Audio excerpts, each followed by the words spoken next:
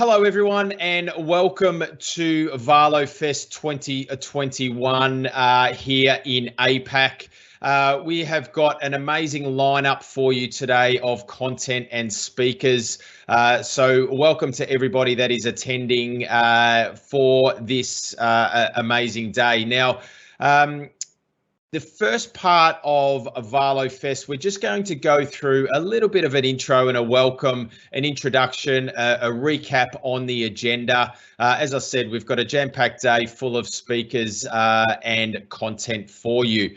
Now, just a little bit of an introduction. My name is Daniel Anderson, Business Lead Partner Manager for Valo here in APAC, and joining us throughout the day today will be Mark Powney, Product Owner and Technical Partner Manager for Valo, and also Hannah Hakio, who is the Valo Digital Marketing Expert here for Valo APAC.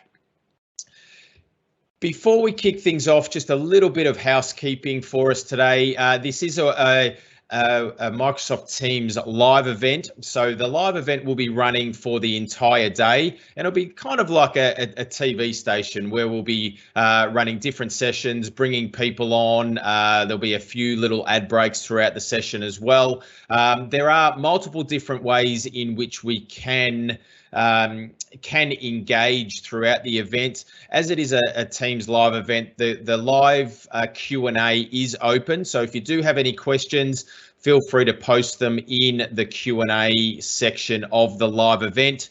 We are also active on Twitter and LinkedIn. So if we are using those social platforms, we can use the hashtag of ValoFest, and we'll be monitoring those platforms also. If you've got any questions, feel free again to use that hashtag there.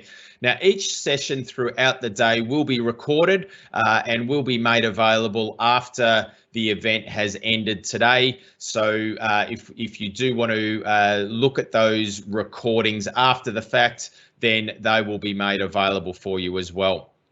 Now, also, if we do want to keep the conversation going with Mark, myself, or Hannah, then please, again, feel free to get in contact with any of us after the event, and we will be more than happy to engage in that conversation with you as well.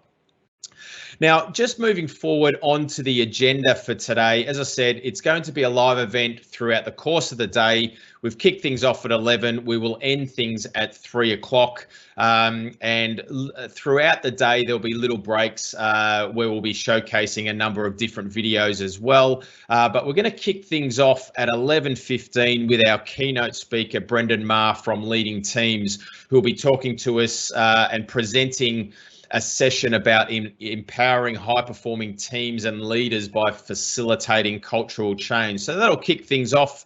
We've also got Mark Kashman from Microsoft, who'll be presenting an in-depth session about Microsoft lists, which again, I have no doubt will bring everybody some value. He's going to stay on as well and join the panel discussion with a number of other experts in the field, Strant, Sharron, Connolly, Kirsty, McGrath, and that session will be moderated by Valo's own Mark Powney. So that again there'll be some great content that'll be coming out of that session as well. We're then going to jump into a presentation by Nexon, who I'll talk about in just a minute.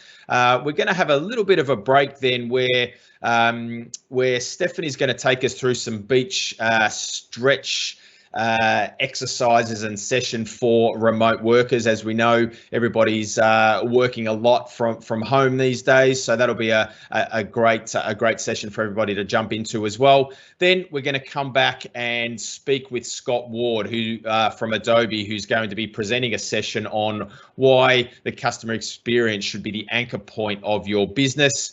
And then we're going to flow straight into Adam Houlahan, who's going to present some LinkedIn strategies for all of you entrepreneurs out there as well. We're going to be, and then Mark is going to join me in a session where we're going to take a look at Microsoft Teams and how the future of Microsoft Teams in combination with Valo Connect is going to really ramp up your employee experience to the next level, and then we're going to end the day at around about 3 o'clock. Now, just a quick special note for everybody joining here. We are pleased to announce and have on board Nexon Asia Pacific as a sponsor for the APAC Valo Fest this year. Now, Nexon are a trusted technology partner that enables secure and the next generation of IT solutions. Now, as I mentioned before, they will be presenting, and I'll be joined by Peter Jamore at 1:10, where he's going to talk about Nexon, about their offerings, what they do, and also we're going to have a discussion about how they've used some Valo products with their customers to enable and have some really amazing business outcomes for those organizations. Now, it wouldn't be a Valo event without Valo Swag. So we do have the opportunity for all the registrants and attendees today to win our some Valo Swag. Now, how do we go about doing that? Well, as I said before, hashtag ValoFest on either Twitter or LinkedIn. We'll be monitoring those platforms for that hashtag. And Hannah and Mark and myself will monitor there, and we'll be pulling out a winner from those social posts, and we're going to announce the winner of that at the end of today as well in the wrap-up session at the end. Now, for those of you that are joining who don't know a lot about Valo, then this little map, I just wanted to highlight for you all about just a little bit about Valo from a global perspective. So we are a global organisation, and as I said, this Valo Fest that you're joining here is the APAC stream. And as you can see in the bottom right-hand corner, we are headquartered down here in Melbourne, which is where we operate all of the APAC Valo operations from. But we do also have presences around Montreal and Helsinki. And as you can see with the numbers there, we do have over 250 partners that span 45 countries, and also in excess of 650 customers using Valo products across the globe. Now, another thing that I just wanted to highlight here is we were lucky enough, or not lucky enough, good enough to be able to win the Global Intranet Choice of the Year for 2021 in a report that was created and put together by Clearbox Consulting out of the UK. Now, they do this every year where they review a number of different digital workplace solutions or intranets across the globe, and our intranet product is good enough to be named the Global Intranet Choice this year. And you can see there on the screen that there's a number of points that have been highlighted that helped us get to that point. So it's a great achievement for us, and just something that I wanted to highlight there. Now, again, from a product perspective, really quickly, for those, again, that want to know a little bit more about our product suite, we do have a number of products or solutions that we, as part of our offerings. We do obviously have the intranet, but we've got Valo Connect, which we'll take a look at a little bit later in the day, Valo Teamwork, Valo Extranet and Entrance, and also Valo Ideas. So throughout the day, there will be some little ad breaks that'll be showcasing these products in a little bit more detail through some videos. So stay tuned for those product breaks if we want to know a little bit more about those products as well. All right.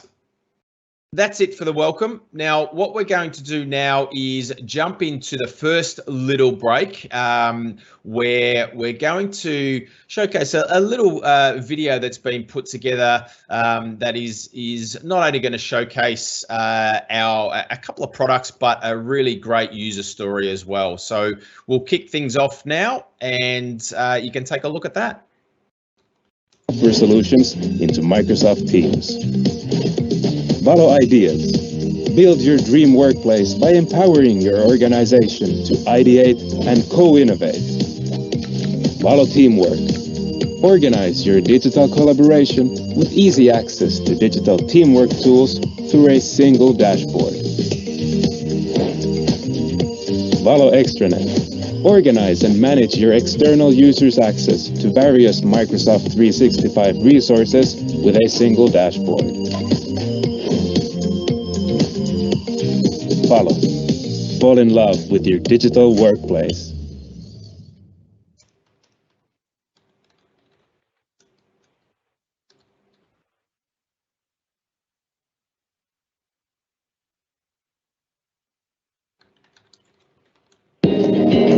Countless hours, efforts made, patience tested, motivation sustained.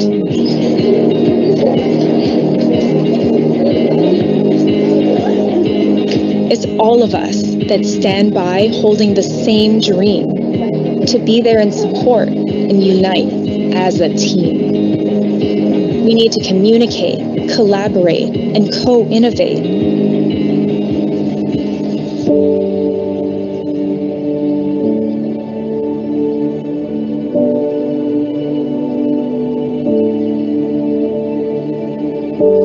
When we fall and our bodies ache, we need to consolidate. We identify our hurdles and continue to compete.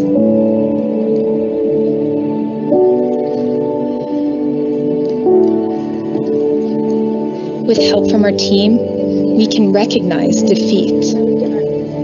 Acting as a catalyst, igniting our flame, we may fall. But remember, there's no shame.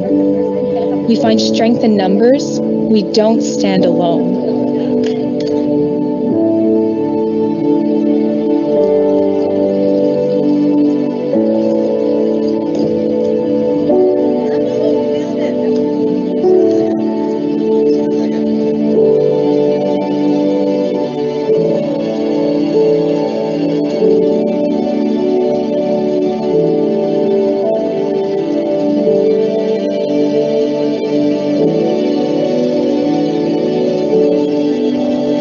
We're a team that comes together, and that's ours to own.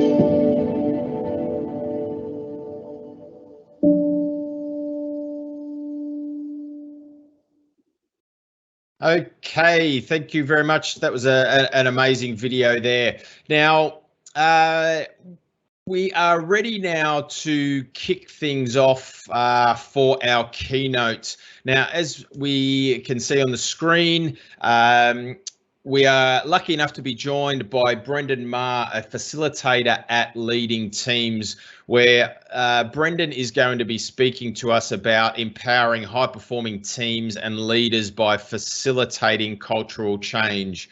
So, as Brendan gets himself sorted, we will bring him onto the stage and he will commence his keynote. So, welcome, Brendan. Thank you, Daniel. Great to be here. Delightful to be here and to be able to present to your conference. What an outstanding initiative to be able to globally connect as you are. My name is Brendan Maher. I'm a facilitator with Leading Teams Australia. I've been with Leading Teams for 1 year and a bit, having had 40 years previous to that in the field of education. I was a primary school teacher and principal of 28 years of those 40 were spent in different principalships in 5 different schools around Victoria, the state of Australia. It's a real pleasure to be here with you. In doing so, I just would like to acknowledge the land I stand on. I live just out of Bendigo and I'm on Tongarong land. The owners of this land, which has been occupied for millennia, I acknowledge them. I acknowledge all past, present and future leaders on this land. And it's a pleasure to be here with you today to share a little bit of my story. The brief for this presentation is empowering high-performing teams to empower people to reculture organisations, to consider culture, to consider the best way we can be. to consider improvement. In doing so, I just wanted to begin by posing a series of questions for you. I don't wish to laboriously take you through each of these one at a time, but these are some of the questions that struck me as I was considering this presentation for you today as to what it is we could do, what it is we need to contemplate as we consider high-performing leaders. Questions like, how might others have perceived my leadership over the past 12 months? Questions like, what is it I can do to improve my leadership capability? These sorts of questions cause us all to reflect, because I think on occasions, as we consider these questions and we consider the big question of facilitating high-performing teams and nurturing those high-performing teams, we can sometimes defer to the other. We can sometimes consider who else in our team needs to be focused upon. Entirely reasonable, but it would strike me that a crucial first step in analysing how it is we wish to nurture this particular team I'm working in would be to begin with self. It's that notion of understanding myself and working from that point to understand and work with others. This is a model that we at leading teams use. It looks somewhat simplistic. However, I can only emphasise that it is actually complex because it deals with people. What we are looking for here is a notion that we are aiming to improve teams. We are nurturing high-performing leaders. There is no suggestion when we begin a program with a team, no matter where it is or with whom, that there is an innate problem. That's not the basis. That's not the starting point for our conversation. The starting point is a genuine belief that we can all improve, that we can all get better. That there is not a single team or individual, in fact, who is not capable of improvement, of doing their work in a more passionate, engaging way. Our work really focuses on that common purpose. I've just given you a list of questions to mull over. To be honest, there's probably no greater one, no more significant a question than that one that's on that screen in front of you now. Why do we exist? The slide Daniel's just shown earlier, 250 partners, 45 countries, 650 customers. I think on your website talking about something like 3 million users. Why do you exist? What's the point? Is it entirely profit-driven? Or is it actually to improve the lives of others through the IT facilities and technology work that you're doing? You talk on the website, and amongst the values that are espoused, communicate, collaborate, co-innovate, consolidate, all of which lead us into that dynamic space. At leading teams, we make no overtures into that mechanical space on the left of the screen. We deliberately shy out of that. So whether we're working with an IT firm like Valo, whether we're working with, I'm working with a wealth management firm, several schools, the healthcare sector, regardless, we do not move into the mechanical space and try to tell people who are experts in that field how to best manage their businesses. Our work is entirely in the dynamic space, working with people to look at culture, look at behaviours, and how it is that dynamic area impacts the mechanical space. In doing so, we look at really nurturing strong professional relationships, out of which we build some agreed behaviours, and most importantly, an ability to have genuine conversations with one another. In doing so, the dynamics will drive what it is we wish to achieve in that mechanical space. Now, I'm quite sure that all of you will have encountered situations where something at a mechanical level is being rolled out into a workplace. And the reality is that oftentimes if the person that's rolling it out, or the team that's rolling it out, is doing so in a way that's perceived, rightly or wrongly, to be somewhat autocratic, to be somewhat dictatorial, whatever. If there is a negative overlay in terms of those professional relationships, in other words, at the opposite end of strong, weak professional relationships, the likelihood of success in the mechanical rollout is largely jeopardised. So it's our work to really nurture the dynamic space of businesses, organisations, sporting clubs, whatever, to build, as I've noted, the strong professional relationships, agreed behaviours, and that ability to have genuine conversations.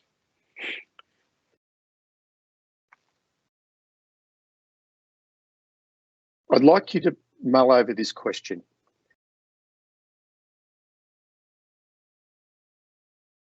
The answer oftentimes comes back to me when asked, and I'm not in a position to be able to seek your feedback at the moment, but maybe a little bit later.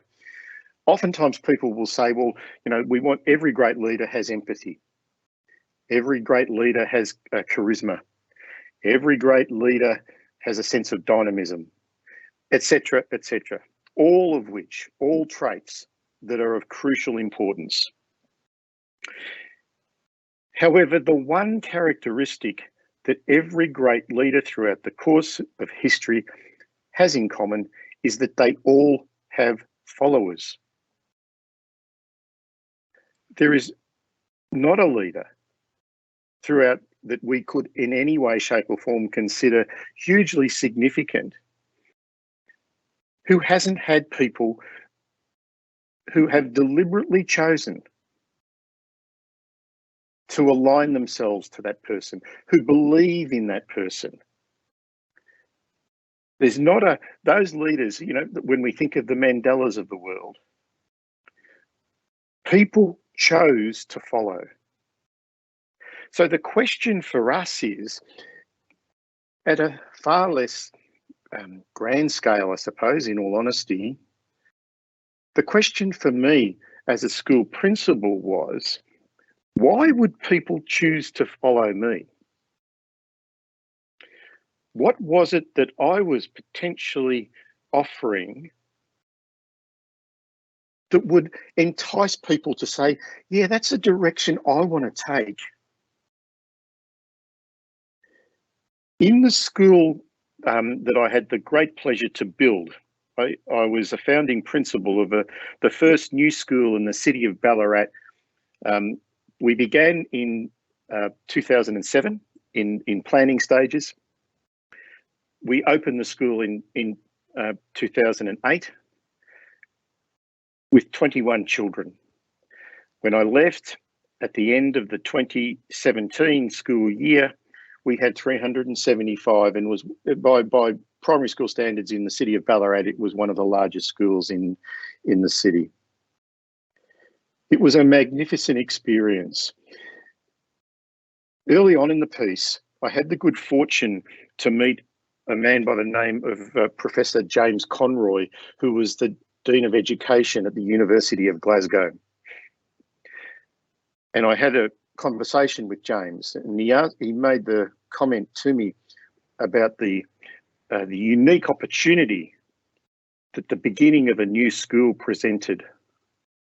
you know, to the creation of this new community, all these kids coming from different parts of Ballarat to be the trailblazers in this new organisation, this new school. And his strong request, almost demand of me was, he believed that our greatest challenge in education was to help children genuinely believe that they were the authors of their own future. I love those words, and I asked him if I could use them. They formed a beautiful banner that was formed in the school that as everyone walked in, it was one of the first things anyone who visited the school saw. And we had many, many visitors because it was a quite unique and exciting place for children to learn. As I was preparing for this, I was thinking about authoring, that notion of authoring our own future. As we consider leadership at Valo, as you consider leadership in your local communities, in your local sporting clubs, in your local service groups, as you consider it, how much energy, how much time is actually going into allowing children, and adults to understand that we can be the authors of our own future. Now, inevitably, there are factors that get in the way. I get that. That's entirely understandable. But the reality is that we all can do things that allow us to genuinely take some level of empowerment, self-empowerment, and direction for our future. Again, a further reflection just on schools and this notion, this question of empowerment to become high-performing leaders. I guess there are many of you watching today who have children in schools. Some of you won't, but many of you might. If you were to ask the school to consider, to look at their learning and teaching policy, my hunch is that you'll find words in there, words to the effect that we will nurture at Willy Whoppy Primary School, we will nurture independence and interdependence of our students. I was thinking about that on the weekend as I was putting a few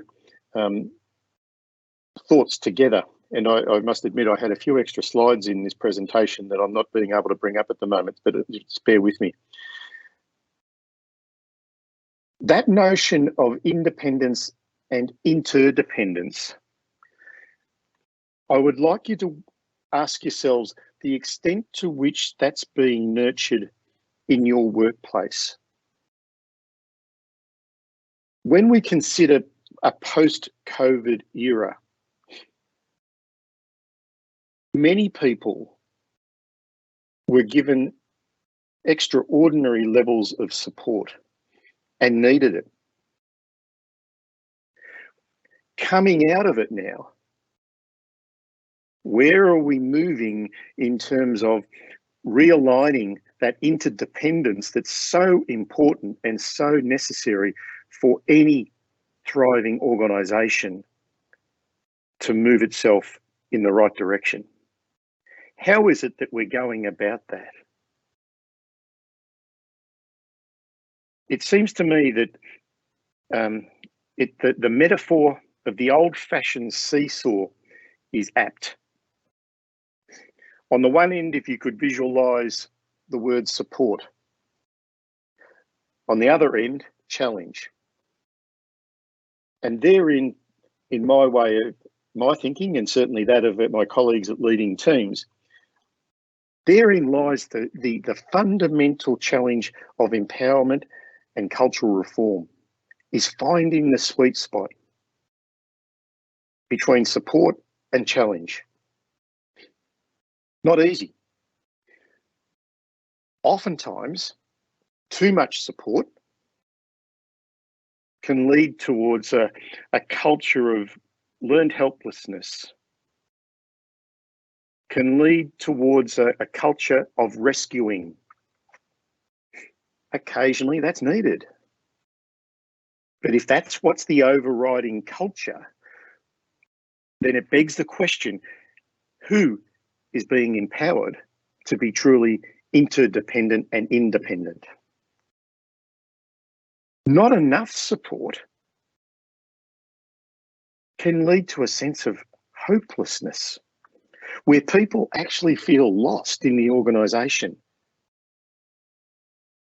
They seem to be wandering aimlessly, not sure who to reach out to, when, how, and I'll refer back to that diagram, perhaps because the strong professional relationships haven't been nurtured, the hard yards haven't been done there.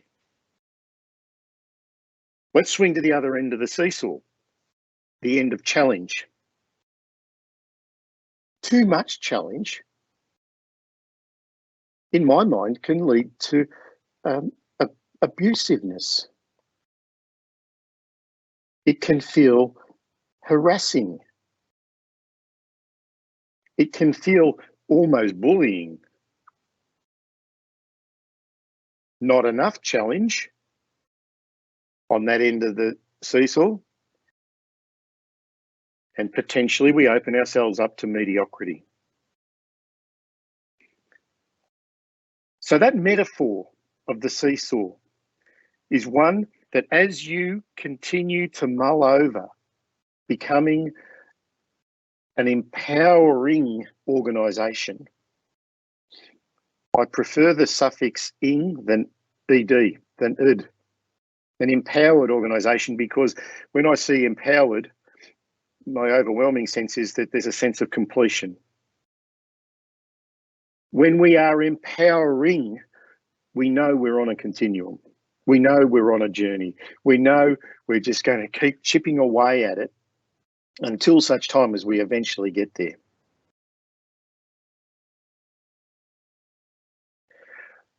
I wanted to make reference to a wonderful book that I've read in the last 2 months, written by a guy, as you can see on the screen, a fellow by the name of Roger Kneebone. He's written a book called Expert, Understanding the Path to Mastery. Roger Kneebone is an eminent British surgeon. Despite his surname, he's not an orthopaedic. He was a general surgeon. He lectured in surgical practices at, now the name of the university has gone out of my mind, but in London. He then took the radical step of saying, I want to, having been a preeminent surgeon and senior lecturer, took the step of saying, I want to now become a GP. And he went in and became a GP, and he then went on to train GPs. Fascinating book. But I just wanted to highlight a couple of brief excerpts on this slide, and I'll come back to it a little bit later. When we consider again 2020, let's be honest, none of us have ever had to respond to the things that we encountered as we did last year. Being able as a leader, an empowering leader, a trusting leader, to respond to things you've never encountered and having the confidence to go with the decisions you make.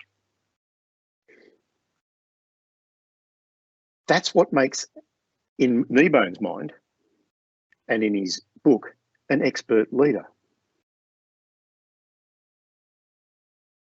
Experts take responsibility for the almost inherent variation that occurs in the workplace.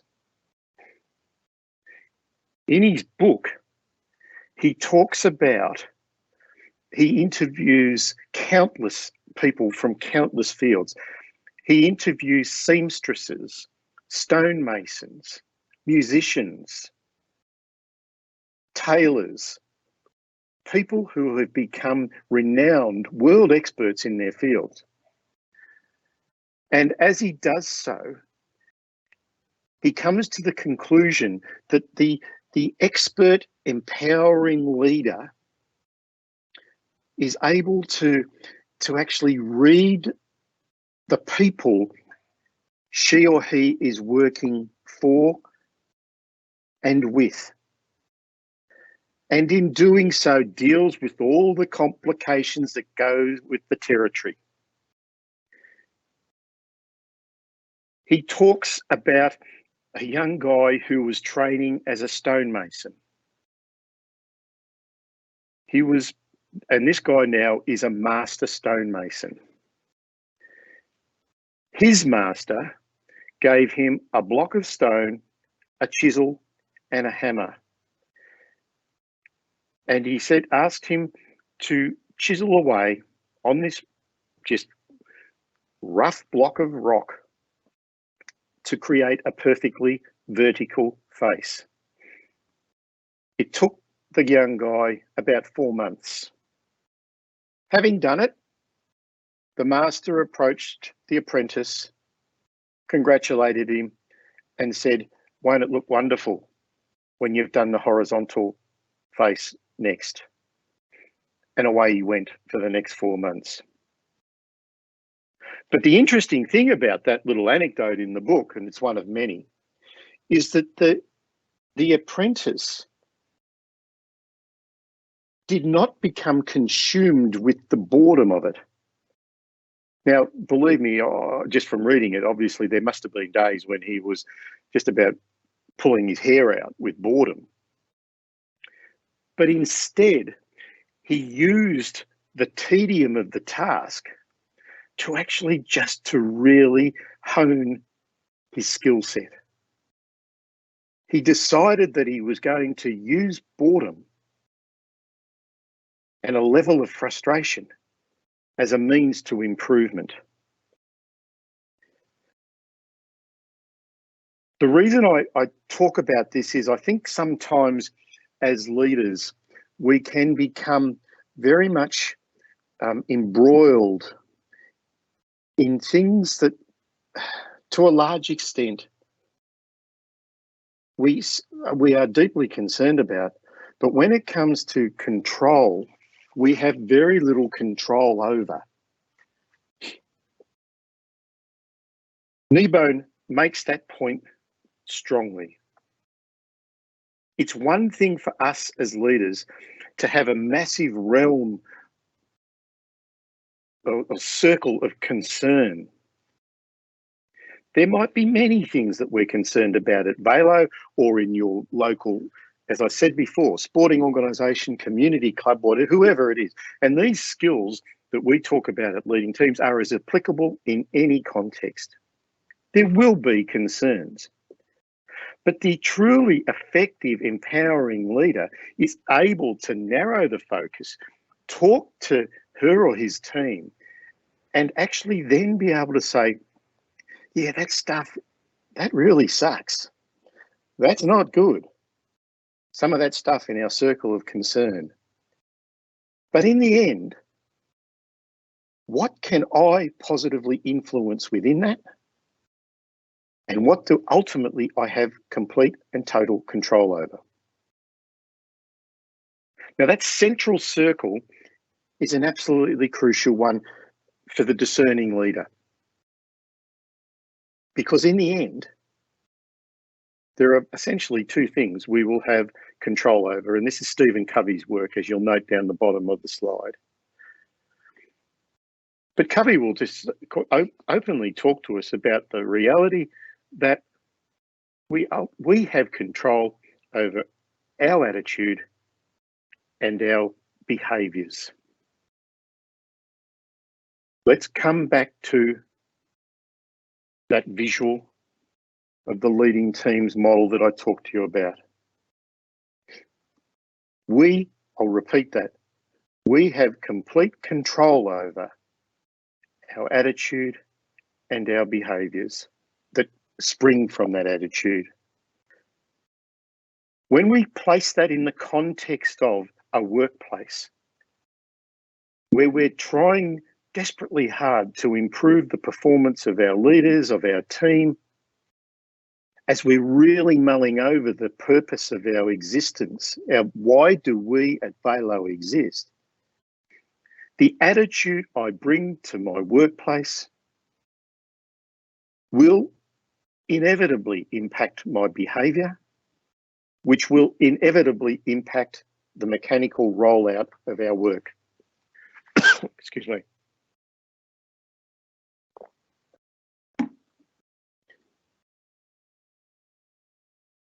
That positive attitude, that positive disposition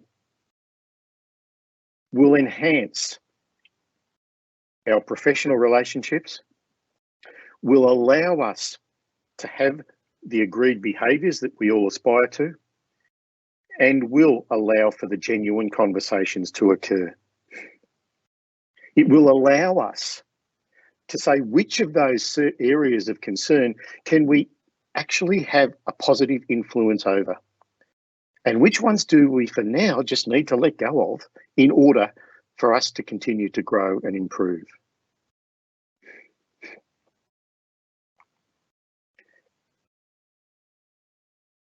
I'd like you just to, we'll do this very quickly, just mull over this model. Looking at trust. In our work, we talk with teams about competence and character. As you continue to work with your respective teams, as you consider the personnel you are working with, as you consider empowering your teams back at the coalface, continue, if you could, to mull over not just the competence of the person or persons, but character, and finding the right melding of those two to allow for the best balance in that empowered team. I just want to finish with one further reflection from Kneebone. He talks about a patient, a woman by the name of Sarah. Sarah had a very aggressive cancer. And his initial response with Sarah was to, he found himself on the day that the diagnosis had to be conveyed, he found himself slipping into a space where he was talking about the actual technical side of the illness that she was contending with. And then a realisation, a penny dropped. He realised that the best medicine he could give was to allow her time to talk. He allowed her, essentially, to come to the realisation with his support of the nature of her illness. And in terms of being an expert leader, he talked about throwing his attention on the people you work for, as opposed to an expectation of what they offer you. The lovely words, think about the impression you want them to take away of you when they leave. So the truly empowering leader in a truly empowering organisation, in a trusting organisation, will allow themselves to move from the overwhelmingness sometimes of the mechanical space into that dynamic space. A truly empowering leader is going to be one that considers relationships first and second and third. And having done so, will then allow themselves the luxury of saying, how is it we now achieve the best performance we can possibly achieve as a business, because I know I have my people on board with me. As I noted, I did make reference, there was a couple of other slides that I had in there, but I hadn't sent them through, so that's my fault. My apologies for that. Essentially, that concludes the formal part of my presentation. However, I'd be delighted to take some questions should any of you have them. Thank you. Thank you, Brendan, for that amazing session. Hope everybody got some value out of that. There's some great content there, and appreciate you taking the time to present all that. Now, as we mentioned at the start, if you do have any questions for Brendan or for anybody else, you can use the Q&A functionality here in the Microsoft Teams live event. So if you've got any questions of Brendan, now's the time to ask away there. Now, while we're waiting to see if anyone does have any questions, Brendan, given your, and we've got a few minutes up our sleeve here, so given your experience and working with many different types of organisations, whether that be education, business, sporting clubs, community clubs, that type of thing, in your experience, what is it that you think all genuine leaders have in common? Well, I think actually, as I've said rhetorically in that presentation, Daniel, is that I think the thing that the standout is that the genuine leaders always have people who have made an overt choice to follow them. So they've brought with them all of those other traits, as I noted, charism, dynamism, empathy, etc., etc. But they've also got vision. They're looking for what it is we could potentially achieve together and how we might get there. So the truly effective leader has people who've made the decision to say, I want to be on board there. That's something I'm keen to pursue, to follow, to be a part of. So yeah, that would be, it sounds almost simplistic, but when you look through history, good and bad leaders, as in terms of sometimes in character, those leaders have had followers. Yeah, interesting.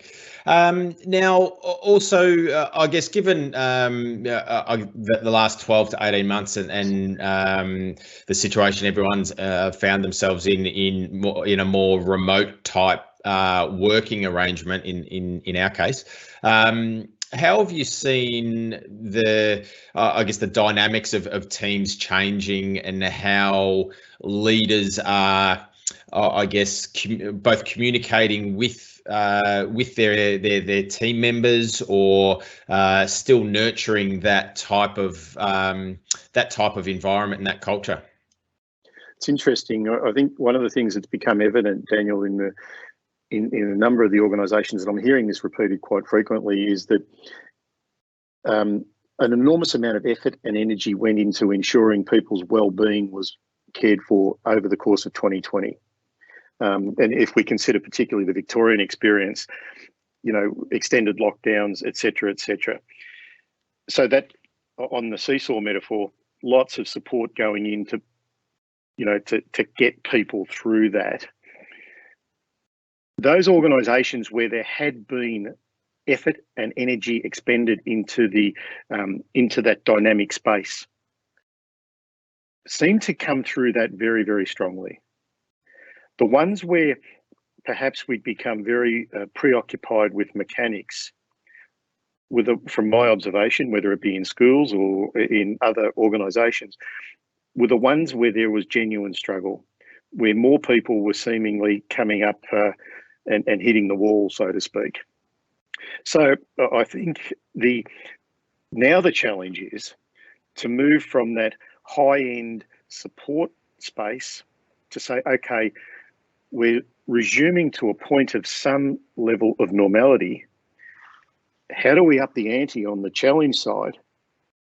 But acknowledging too that people in many instances are still in a fragile state. So it remains that tension between support and challenge. But I do believe that the people who have expended, or the organisations at least, who have expended most energy into the culture and the behaviours of their organisations that were really clear on purpose pre-COVID have come through strongly and effectively. Yeah, and we've actually got a panel session on this kind of similar topic around, you know, now that especially here in Australia, where a lot of people are returning to offices and things like that, and there's going to be a situation of more of a hybrid type work environment. I guess that poses its own challenges to that type of support as well. Absolutely, yeah, and again, through transition, it's another period of change, isn't it, for people that they're going to have to contend with. You know, I've just gotten used to working from home. It's felt really good. I've been able to pick the kids up from school, whatever. All of those facets have been there, and now we're transitioning back into the workplace. So again, it's going to come back to how it is I've nurtured those strong professional relationships in order to make sure that we get work our way through this. Yeah. Very good. All right, so that ends our keynote presentation. Now, Brendan, once again, I really appreciate your time today in presenting all of that content. It was very, very valuable, not only for me, but hopefully for everybody else that joined in there. So once again, thank you very much. My pleasure. Thank you for the invitation, Daniel. Now we are going to head into another little commercial break, I'll call it, where we're going to take a little bit. We've got a couple of little videos for you where we're going to take a look at Valo Intranet and also Valo Connect.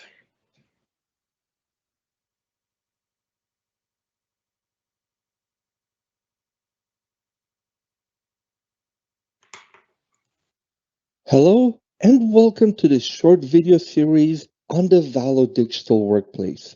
I would like to start off this series by introducing Valo and our products. While we are very well known in the world for our intranet product, Valo is more than that.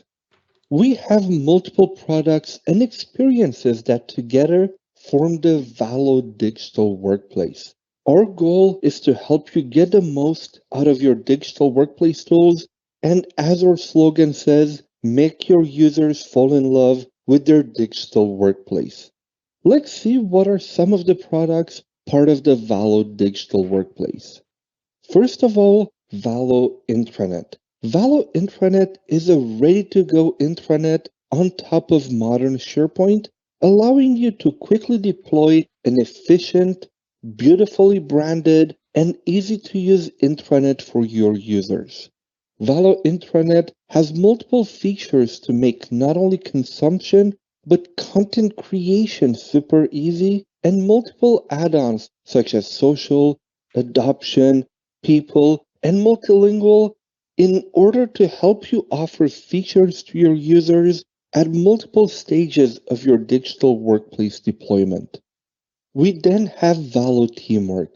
Valo Teamwork allows you to find and manage your collaboration workspaces super easily, as well as manage groups from a single interface.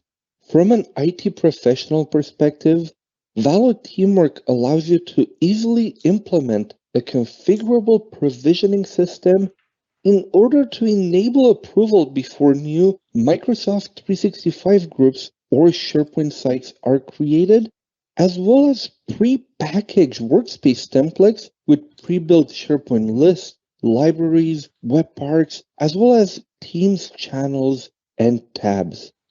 Next up, we have Valo Ideas, a co-innovation tool allowing you to implement a transparent idea management process and work together with everyone else in your organization to bring an idea to life.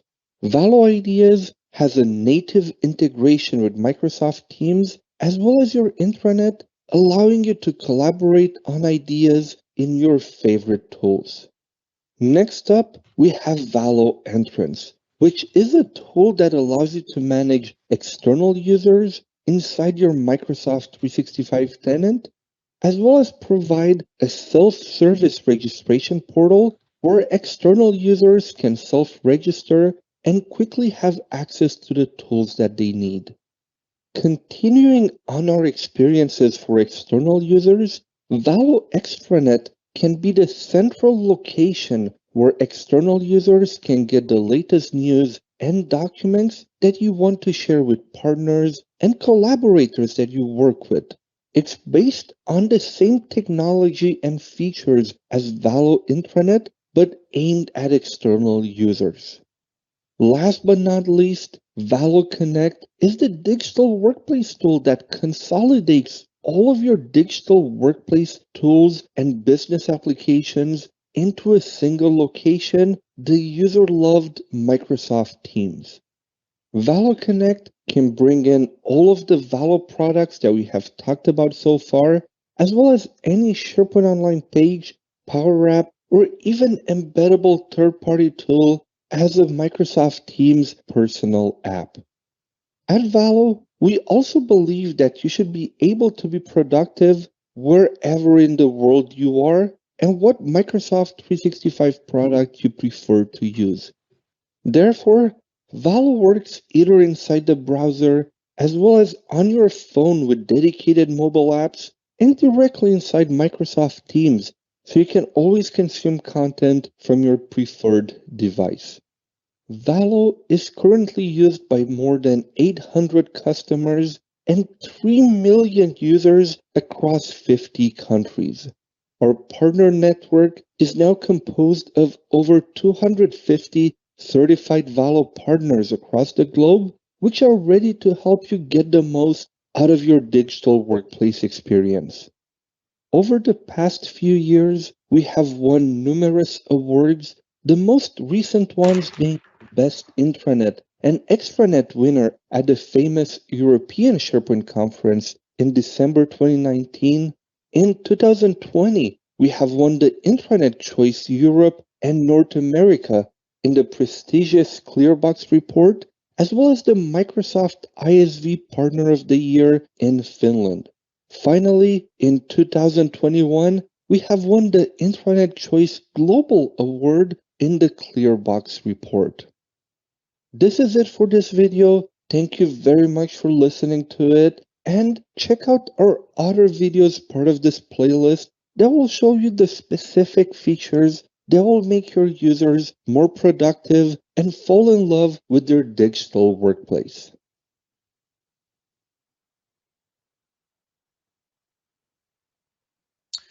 Okay, there we have it. So hopefully that has now given you a great insight into the Valo products. Now, moving right along to our next session, and we are very lucky indeed to have with us today here in APAC, Senior Product Manager at Microsoft, Mark Kashman, who's going to be presenting a session all about Microsoft lists. Now, for me, it's going to be a great session. I love my Microsoft lists. So for those of you that don't know, brief little one-liner about Microsoft lists. So this is the app that's going to help you track information and organize your work nice and easily, both inside SharePoint in its own app and also inside of Microsoft Teams. So I'm going to now stop talking and hand over to Mr. Mark Kashman himself. Thank you, Mark. Thank you, Daniel. And it was really great to hear a lot of the leadership techniques and some of the suggestions that Brendan had to consider. Just as an employee, I always love to be supported and challenged, and hearing that a little bit of too much, whether it's the work-life balance or not getting enough support or not getting enough challenge, I think he was hitting the point right on. So I hope to hopefully challenge you early today around what is Microsoft Lists. And if you don't already know what that is, then the challenge will start off steep. But by the end of at least 5 to maybe 15 minutes in, you will feel greatly supported in understanding what lists are. I think Daniel gave a great summary that really kickstarts us off into it. But really it is to give you that 100 or 200 level. What are lists? How can I use them? How can I leverage them in my day-to-day?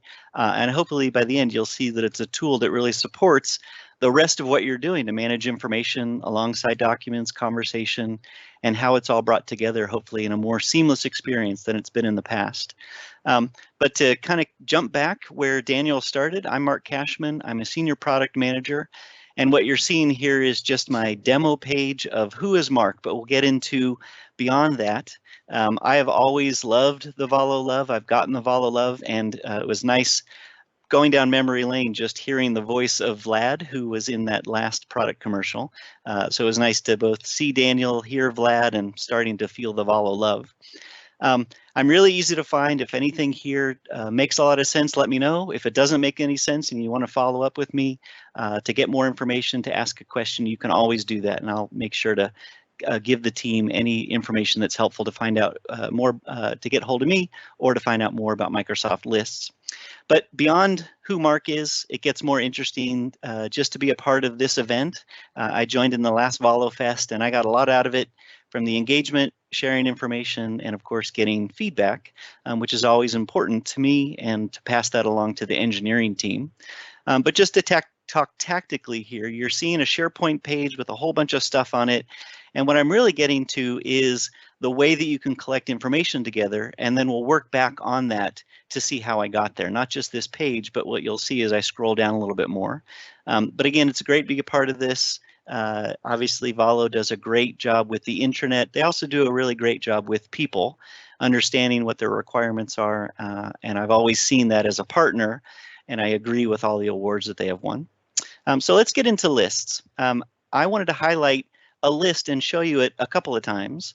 This is a list that might just look like what the agenda is for the day. We've already been through up until Brendan's talk, just had that break with Vlad, and now we're on to the session here about lists.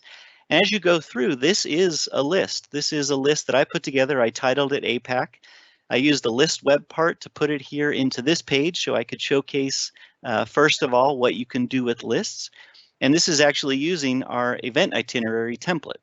So all tactical nature aside, what it's really doing is it's giving me a way to blend all this information and present it. I'm presenting it to you as a demo, but it would be just as well if I was presenting this to several tens of people, if not hundreds or thousands of people in my organization, so they could better understand what I'm trying to convey. And in fact, make it a lot easier for me to manage, and of course, hopefully easy to consume. So this is using our gallery web part. I uploaded and added the images and the information and made a few choices on how I wanted to lay it out. But if you look at it, this is the full breadth of the day that Daniel and team are putting on. You got a lot of great sessions coming up, some good breaks to stretch, especially with Stephany, you'll stretch on the beach. And on through the rest of the day, there's a lot of great information, including getting to see Daniel in his hat more at the end. So the question is, how did we get here? I'll back up and I'll share a little bit more of what it means to get to know Microsoft Lists. When you think about where does this fit into the broader portfolio that Microsoft offers for collaboration, we promote a large tool, a really well integrated tool. Both first party and third party have a lot of opportunities to give great experiences to end user, and that's Teams. But when you start thinking about content, we think about it in a couple of different ways. And of course, there's a lot more, and there are a lot more services that you can pull in. But from Microsoft, in this collaborative space, we offer tasks. That can be personal tasks or team tasks. And that can be something that gets assigned to you. You can assign it to yourself. Commonly, once you check it off your list, it's out of view, and you move on to your next to-do item.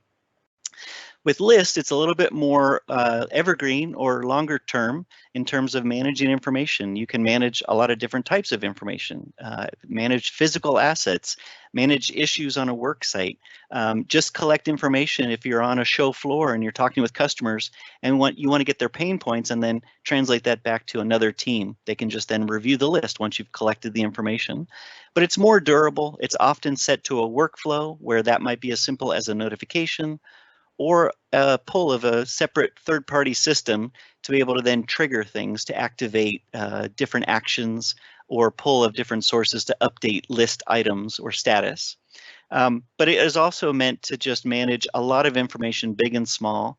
And I hope by the end of this session, you'll see if you have individual uses for lists, it's not something you have to hire somebody to build for you. There may be those kind of lists, but almost everything I'm going to show you in demo is just things that are more relevant to me and my role, and I think applicable to the broader set of the average skill worker, not somebody who is a developer or even a skilled designer. Always alongside this is the use of files and how files interact with conversations, co-authoring, collaborative, taking your work offline, taking it with you. That's a core centerpiece for what people do in almost every Teams channel. They use the Files tab, they work and collaborate with each other. The files are kind of shared automatically in the team. But you might navigate between a lot of different projects through OneDrive as your home for all of your files. Collectively, everything is stored in the same location in Microsoft 365, that SharePoint. These are all the tools on top to give you what you need as an individual or as a team working on files.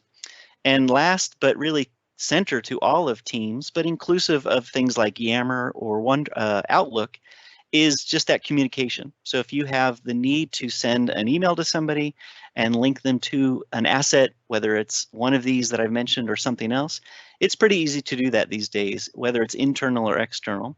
But the core of it is this ongoing collaboration with the team. Where's the information? Hopefully not too far from where you're holding that ongoing dialogue and conversation. So if that's the collaborative work management space as offered through Microsoft 365 and a lot of products that are now coming together more as a solution or an integrated experience, we'll hone in on what more is this lists thing. And I have a set of FAQs that I think a lot of people still ask, some maybe not as common as they were when we first launched, but I will cover through a lot of those common FAQs and hopefully clear a few along the way. The way that we've designed this evolution of if you have ever used SharePoint lists, those are the same thing. SharePoint lists are evolving into Microsoft lists without you having to move or migrate or really do anything. More features are coming as the user experience evolves. A lot more capabilities from how you work together and where you work and where you maybe access the list from. We want that part to be easy to create, to share, and collaborate. Where it starts getting interesting is when you start to add smarts so that your list works for you and you build things with rules and you build things with different views and customize it to your heart's content that's very specific to each list. It doesn't have to always be the same thing every time. And in fact, we have distinct templates and the ability soon coming to be able to build your own custom templates to do that at scale so that it's a lot more of optimizing people's time, not making them build all the time. But we also see it as a flexible medium, and there's a whole spectrum of the types of solutions you can build that really blend in what you get from lists or the integrations with the Power Platform to take it even further for your forms needs or your workflow. So to jump through this, I'm really going to dive into just starting to show you the product. But I wanted to give you a little teaser of some of the simple things that I can show you to get started, which is really just that, how to create a list. You can use one of our ready-made templates. You can do this from a mobile device. You can do this from the web. You can do this, of course, if you're using a progressive web app that you've taken the Lists app offline. All of it is capable, even inside of Microsoft Teams, to create a list and leverage the out-of-box templates that we have. Some that are listed here in just title only, and then just the 3 most common ones that we see people using to do things like track issues, build out events for internal events, build out session lists for internal events, and an asset manager that could be something that is one of our customers up north uses to track about 500 physical trucks, the drivers and the devices of each truck, and how that all changes through the days and weeks, to track it all so that when things are out for repair or when things are out delivering between the 2 warehouses that they manage. So there's a lot that you can do. There's a lot of great ways to get started. And I hope this quick video will show you some of the basics, and then we'll get into some of the meat of it. So what you're seeing here is the Microsoft Lists home, where you just click New List, and you can create, as you always have been able to, from blank data from Excel or using the smarts of another list. The real value, though, of what we've added are these templates. And if you click into one, you'll first see kind of a preview of what you're going to get. You're going to get predefined columns, some color formatting, and some identity of what this list gives you. Give it a name, give it a description, choose a color and an icon. and then choose where do you want to publish this to, where do you want this to be stored. So now we're creating a new item on a list, technically in SharePoint. And as you upload and input information, images, this will flash out to show you what a finished list looks like, which hopefully gives you a sense of this is a grid of rows and columns, but it's a lot more than that. It's a way where you can design the look and feel. There are some pre-canned views like gallery view. You can build out a calendar view. And of course, you can always access your data, whichever list item you're interested in. So as you start to play with it and you get more done with lists, where I want to really focus on a real demo and kind of just showcase it in the context of Valo is this notion of building a list, collaborating on list items, and really working all within teams without having to leave teams.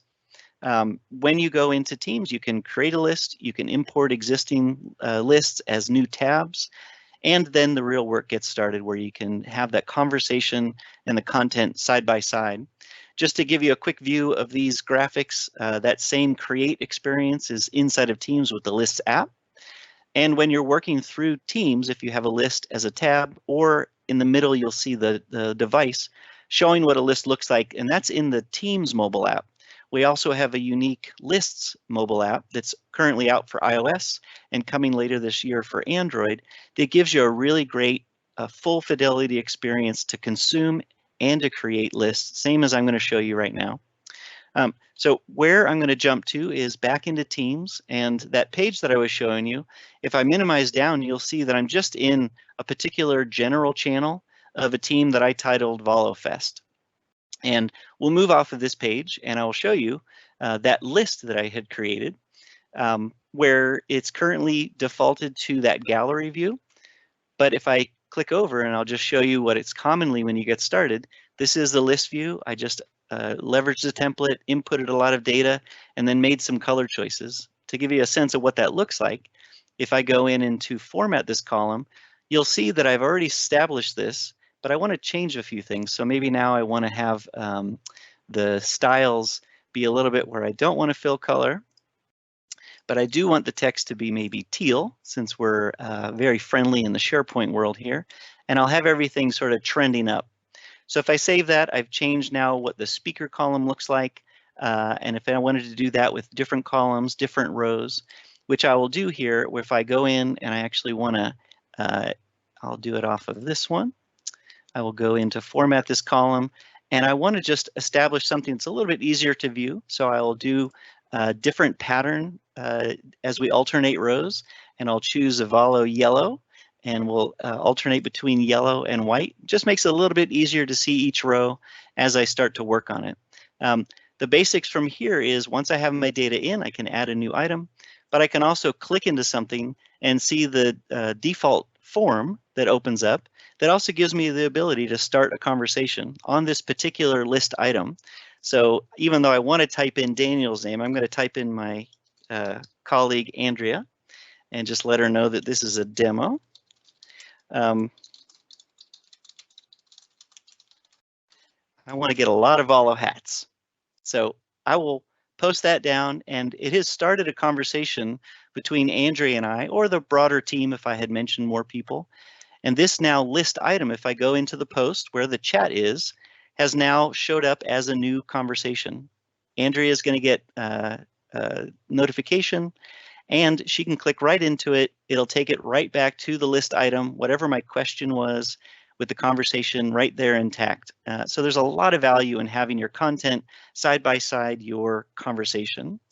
So if you want to get started, what I'll show you is it's just as easy as adding a tab and choosing any of the tab apps.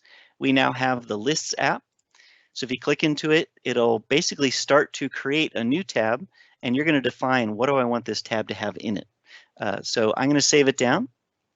And as I start to add this and give it a name, we were looking at the event itinerary. I'll go in and I'll look at the issue tracker, get a sense of what I get out of that.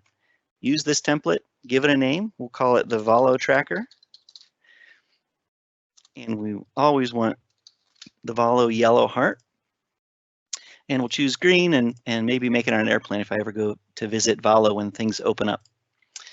So when I click create, it's not going to be as really wonderful to look at because it has no data in it, but it's just as easy to add a new item, fill out the details, some of which are already available to you based on the template. So if I knew this was going to be a normal priority, maybe this is something that's already in progress, I'll just give it a name, and we'll just do a couple of quick choices here just to make it a little bit easier. Again, I'll assign this to my friend Andrea, and you'll get a sense of what this looks like when I save it down. And date report, I always forget this. The date report needs to be in the past. So there's our new list item. I can start a conversation, I can reach out to Andrea, or I can start to automate that, which is what I want to show you, but on a different list. So I'm going to move out of Teams and first show you what a list looks like still in SharePoint. So this list that I was showing you is actually a list that's stored in SharePoint. And in fact, if I move out of our expanded mode, you can see here's the left-hand navigation, the top information. If I unhover, you'll get the group card and everything. So it's a real SharePoint site where I chose to store the Valo list. So just proof point number one, SharePoint lists, Microsoft lists, same backend, the SharePoint platform. Let me show you a different list, and I'll show you a couple of things off of this. This is a list that I manage for our podcast called the Intrazone, and these are all of anything in green is a past show, and anything in yellow, just to give you a glimpse on some of the things that we're working on, is a look ahead at some of the shows that we'll publish coming up in the couple weeks.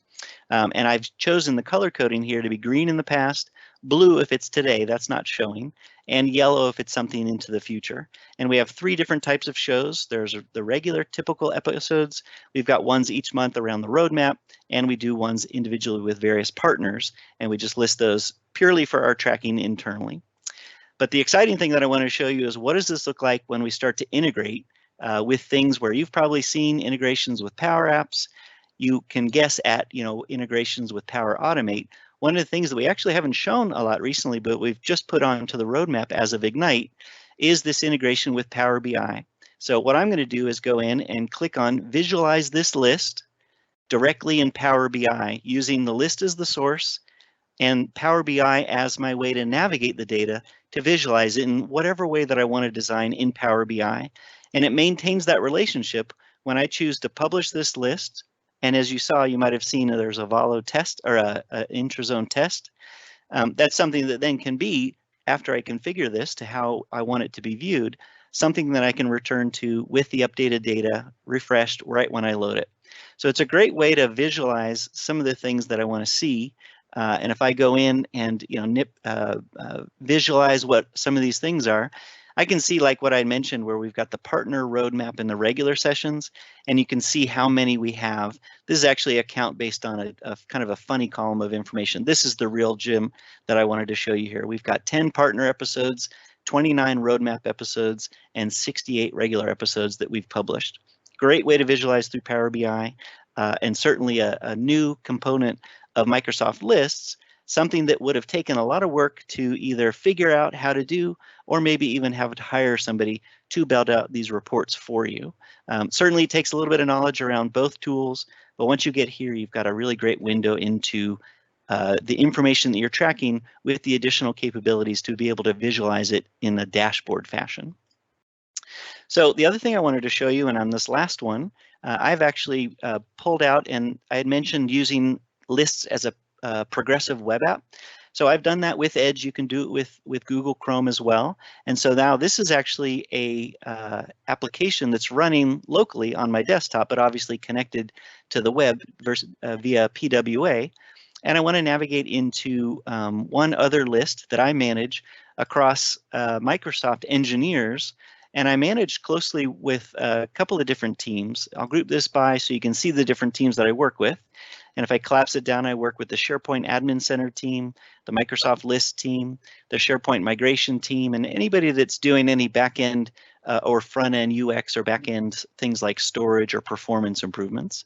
But if I wanted to do something that makes this list work for me, not just only to track the information, not just, I'll ungroup this, not only to know who's assigned to what, but I actually want this list to do a little bit of work for me. And I've already created a couple of set of rules that I want to be triggered based on different changes. And one of the ones that is important to me is when one of the engineers changes the targeted release date of a feature, means they're getting ready, or they've maybe made a slip of their dates. And it's an important one for me to then follow up with. Was it greater than 2 weeks, kind of is my motto. We need to remessage and update something like the public roadmap. I've got another one in here where it's an indication where we have something that maybe we haven't disclosed yet. But when somebody marks the status as needs roadmap ID, that's a work item for me to go put it on the public roadmap, finalize title and description, and I really get that sense of being able to then get notified and stay connected. What it looks like to build the rule, and the ones that I use most commonly, is you go into the create a rule experience, and it's like building out a sentence structure. I have the data in, now I want it to work for me. So like I showed you, when the status is, and I choose a field, if I want something like I'd mentioned needs a roadmap ID, I want it to send somebody some information. I could have it listed as me, that's easy. That'll just automatically send an email to me. I can have it send somebody who's listed in the program manager column, which is a person column. So it automatically knows their Active Directory and their email. And then based off of that, it's not a single email, it's anybody that was listed as the program manager. Or I can just type in my email address and it'll do a GLAO lookup. So pretty easy.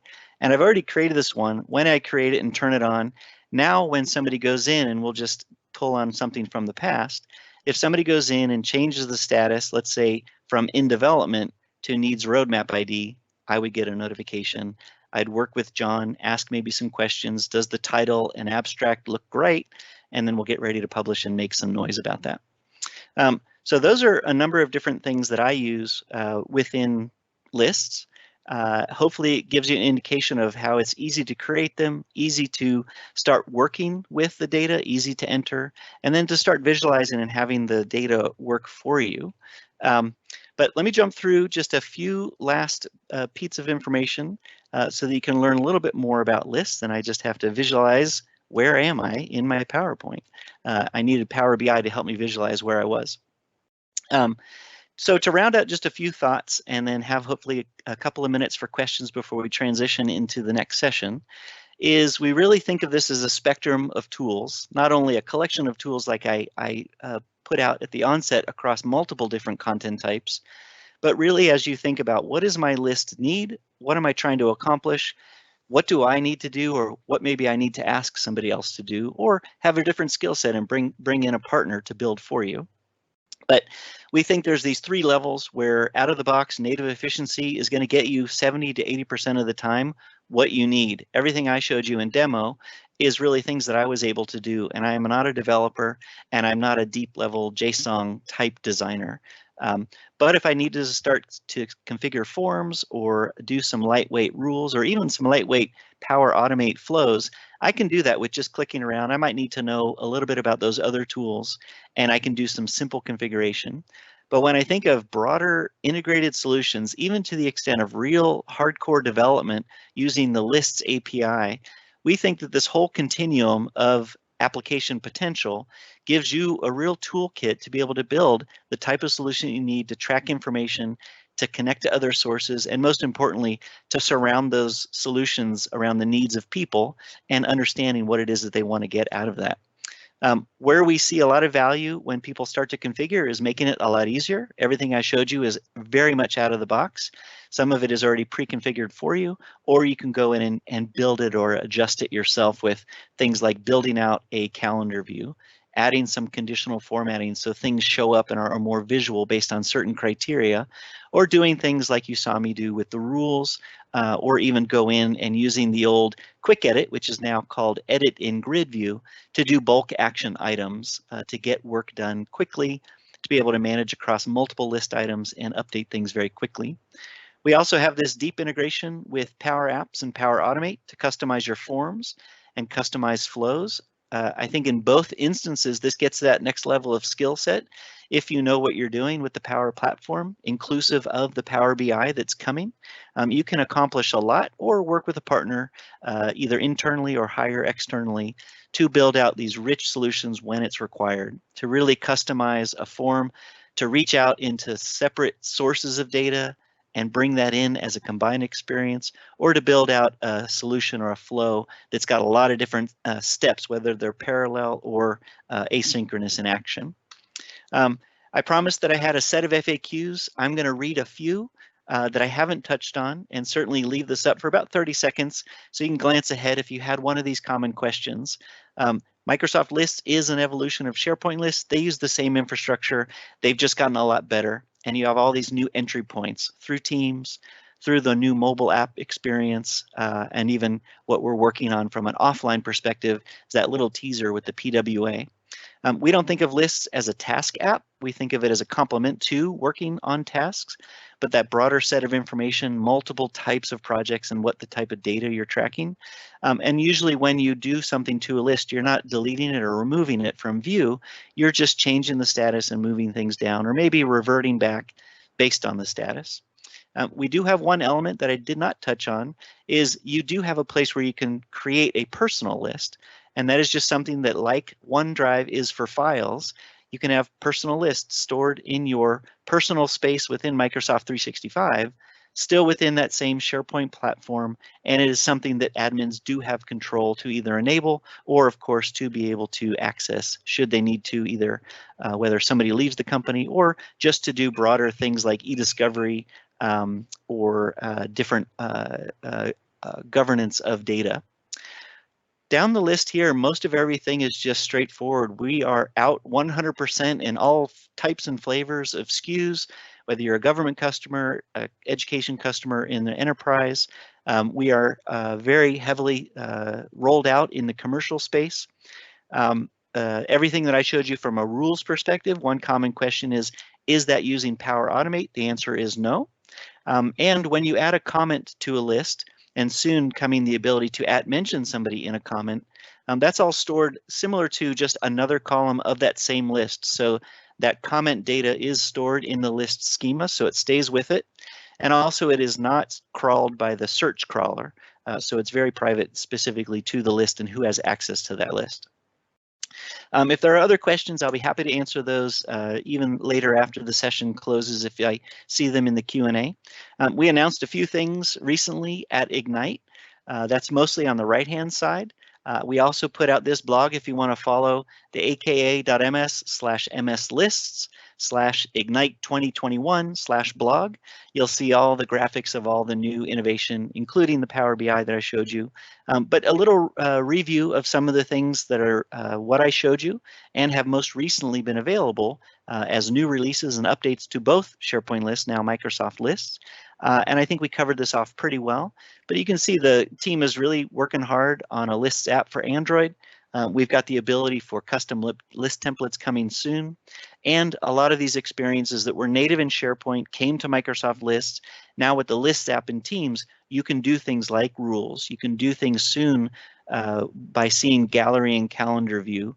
And there's a lot of things that we're doing based on feedback we're getting so that admins are a lot more empowered to manage how people can work with their lists or who can create lists in that personal space. So we do have a lot of resources. If you're thinking about scaling this across your organization, there's a great Lists Adoption Center. You'll find things like the adoption playbook, email templates, day in the life of, and a lot of great examples of the different types of solutions that you can build. On the right-hand side, just a look ahead. If one of these personas or one of these scenarios resonates, give it a try, make lists work for you so that you can get as much as you can accomplish and hopefully clear away the technology and just start tracking information with your team in a much more direct and distinct way that is a really long-term tool to be able to support your information needs. I'll put some of these in the chat so you can go and click into them, but we have common resources to be able to access whatever it is you're looking for.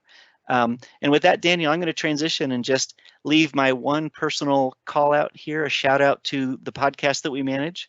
If you like podcasts and you like learning about everything that's going on with SharePoint and the surrounding technology in Microsoft 365, my co-host Chris McNulty and I try to do a pretty broad aggregate of both internal and external speakers to interview on hot topics, to get things that people are unclear about so we can clarify by the end of the episode.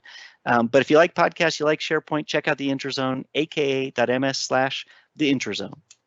And with that, Daniel, I will hand it back to you and transition so that we can talk about the hybrid workplace. Thanks very much, mate. Appreciate that, and that has definitely given a great insight into Microsoft Lists and how far lists have come since, if you've been working with SharePoint for a long time, you'll know how far lists have come in that way. The Intrazone podcast, we are fans, and we did get a little bit of a sneak peek of upcoming episodes, so that was good for me. So thank you very much again. Now I'm going to transition myself out of the equation and hand over to Mark Powney, who's going to be taking the next session. Yeah, thank you very much, Daniel, and thank you very much to Mark Kashman there. That's great. What a great overview in the capabilities of Microsoft Lists. It's not just about lists. So many use cases can be implemented on such a strong platform. And of course, I'm a bit of a podcast fan, so I appreciate the Intrazone. And the Intrazone is a great podcast to keep up to date with all the latest that's going on inside the Microsoft 365 ecosystem. Now, stick around, because next up for ValoFest 2021, we have a panel titled "The Next Great Disruption is Hybrid Work. Are we ready?" And in this session, we're joined by MVPs from the APAC region. We have Megan Strant, who is an organizational change consultant with expertise in user experience and strategy, and is awarded Microsoft's most valuable professional award in the Office and Apps category. Kirsty McGrath joins us. She's Director of OnPoint Solutions and is also awarded Microsoft's MVP award in the Office Apps and Services category, and is perhaps most famous for her Wheel of Fortune infographic for Office 365. Sharron Connolly is a change manager and is awarded Microsoft's MVP for the category of Office Apps and Services as well. And last but not least, Mark Kashman, Senior Product Manager for SharePoint and Microsoft. Thank you, Mark, for both your previous presentation on the Microsoft Lists and also for providing your insights in this session. Now, while we recorded this session yesterday, the panelists have also kindly joined us in the live event. So if you have any questions to any of the topics covered, we'll make sure that we get those into the live event, and feel free to mention any questions that you have in the Q&A session. So we recorded this yesterday, titled "The Next Disruption is Hybrid Work." What we discussed, the differences between in-office and at-home work practices, plus how we must bridge the two so our transition to a hybrid workplace is both viable and sustainable. And I just realised I need to reset my my sharing there, so bear with me one moment while I do that.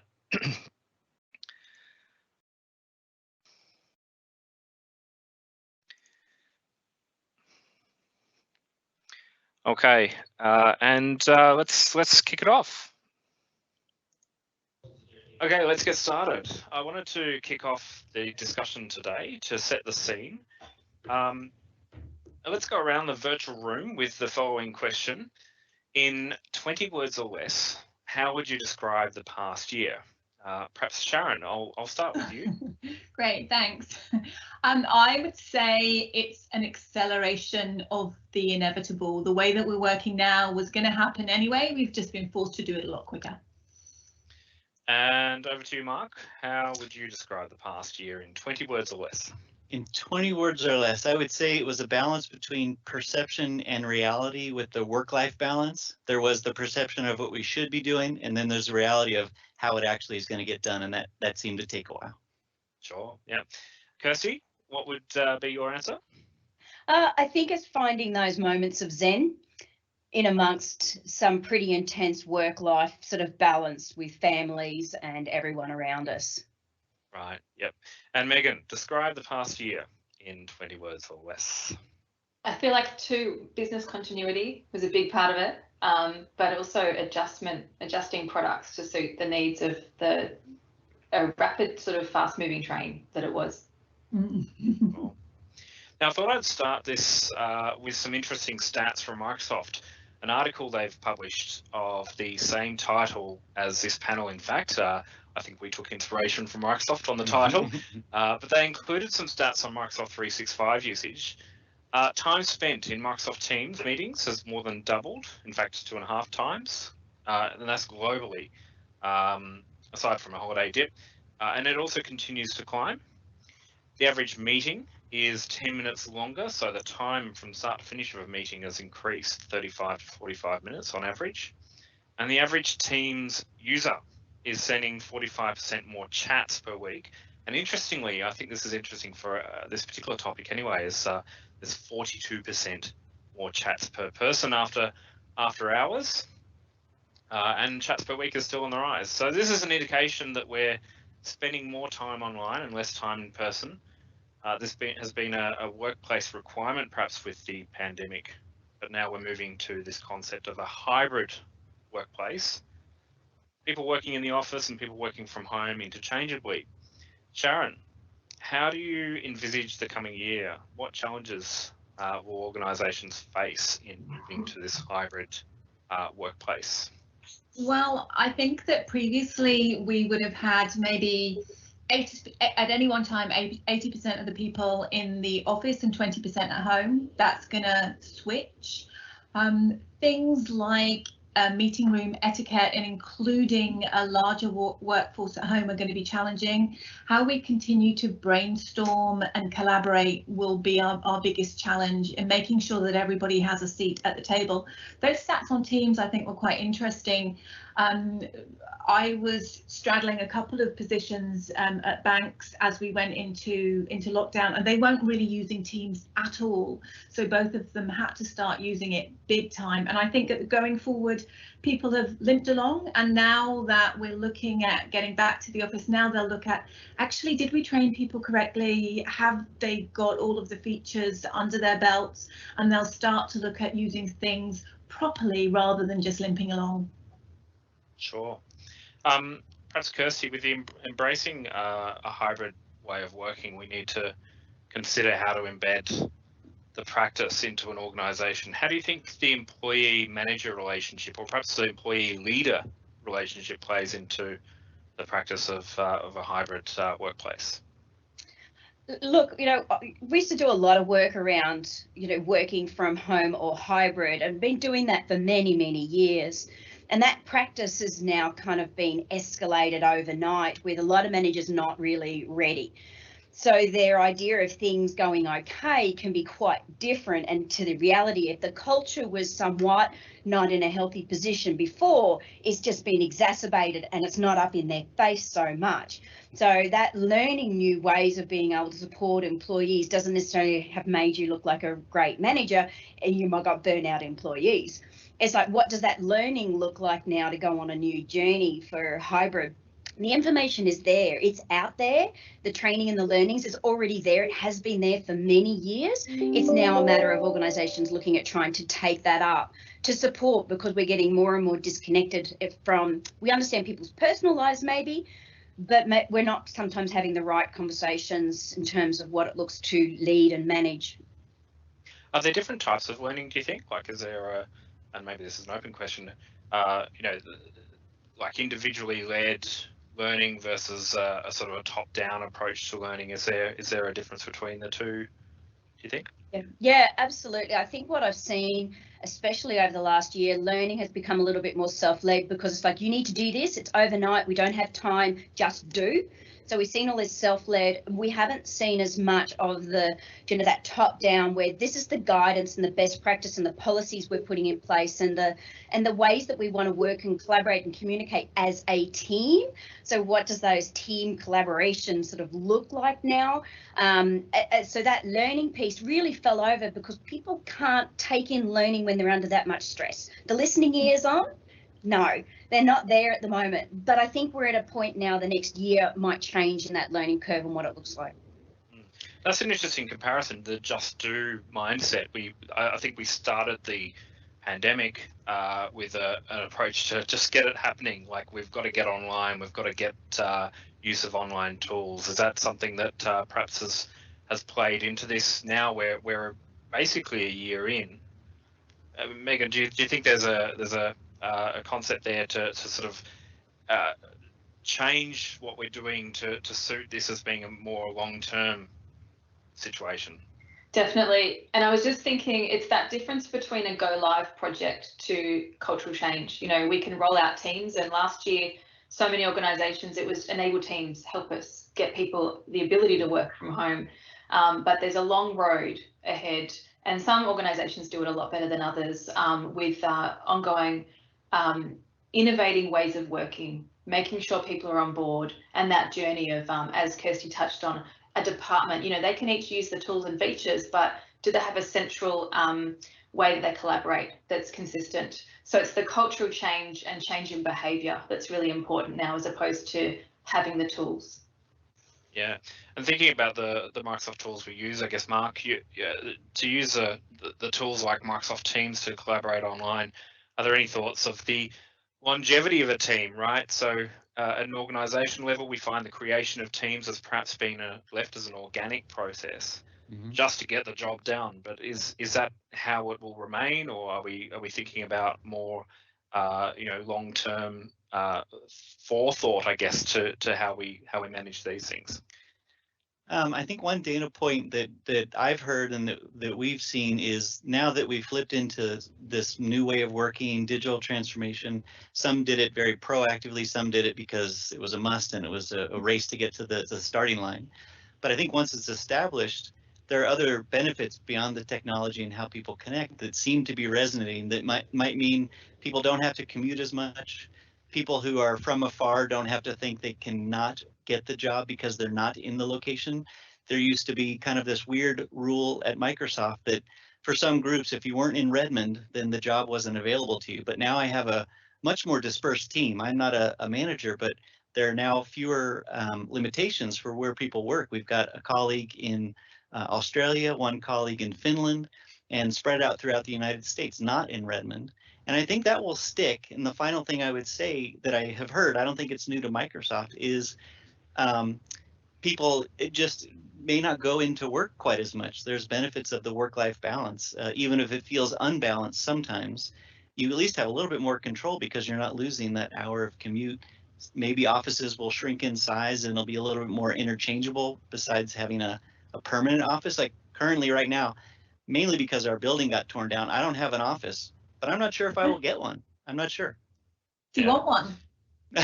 I want one for a landing pad when I need to be in a meeting. I want still a space that I can plug in, but it doesn't have to have my name on it or a door to close. And that's an interesting aspect to it. I think a lot of organisations, and perhaps there's been experience amongst the panelists, particularly in Australia, there's been a lot of effort over the past number of years to build out office space to make it, very community driven or sort of, collaborative in a physical sense.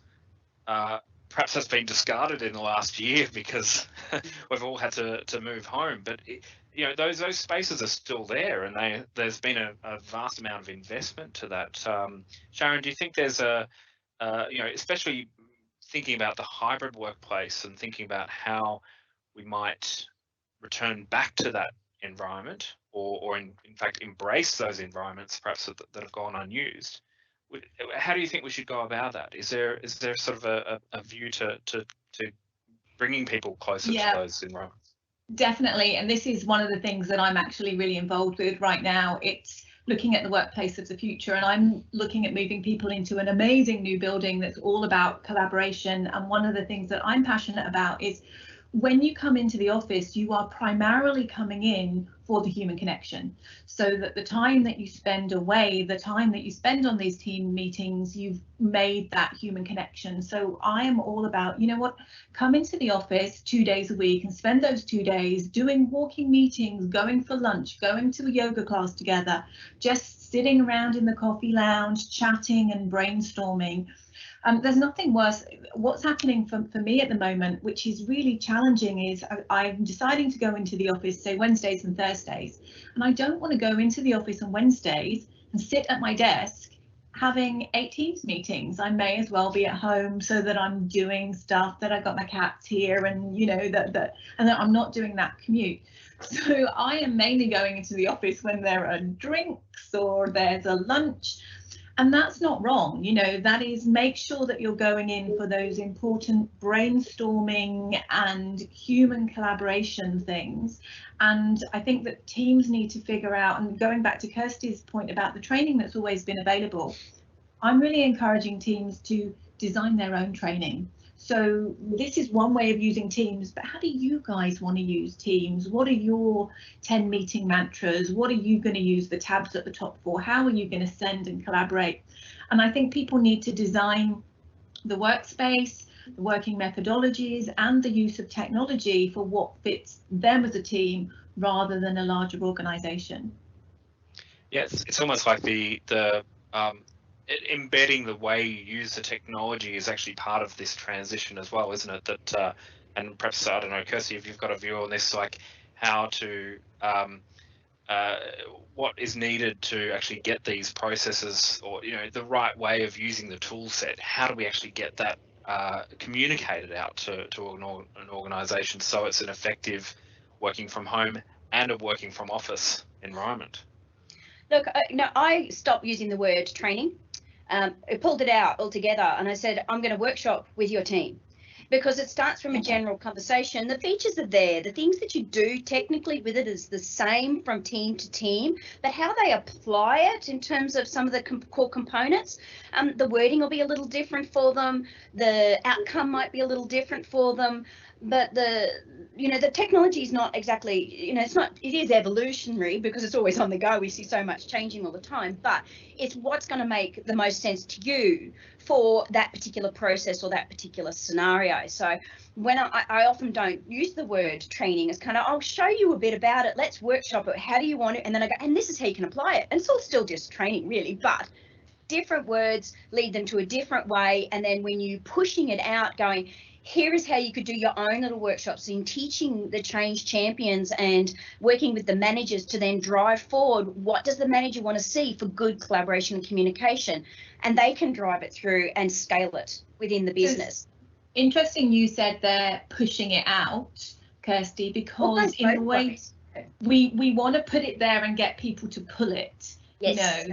So to do both, but and it is there, and it's getting them to actually download and spend that time. And what I'm trying to do is get the onus on the team. Again, when you come into the office on that Wednesday and you're going to have a brown bag lunch, guys, why don't you watch one of the videos on Teams, and then you can sit and discuss, this will work for us, this bit won't be right.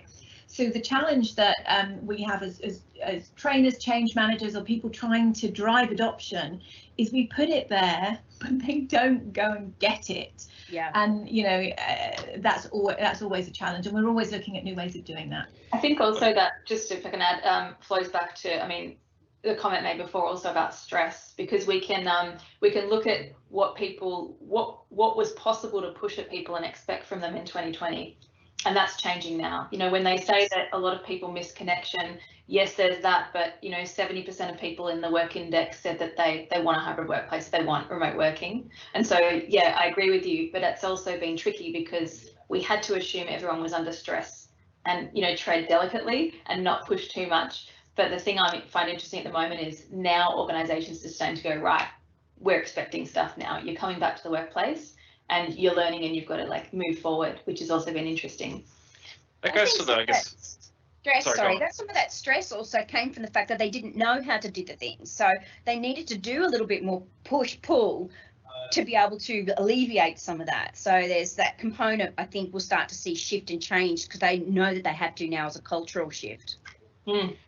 It's interesting, the concept of rules, I guess. An organisation might start to think about rules that they put in place for this hybrid approach. So, you must spend a minimum of X days a week in the office. adhering to local health rules or governance or whatever that's going on outside of it. But do you think that's valuable? Do you think there's an approach to rules that might actually make sense in this sort of environment?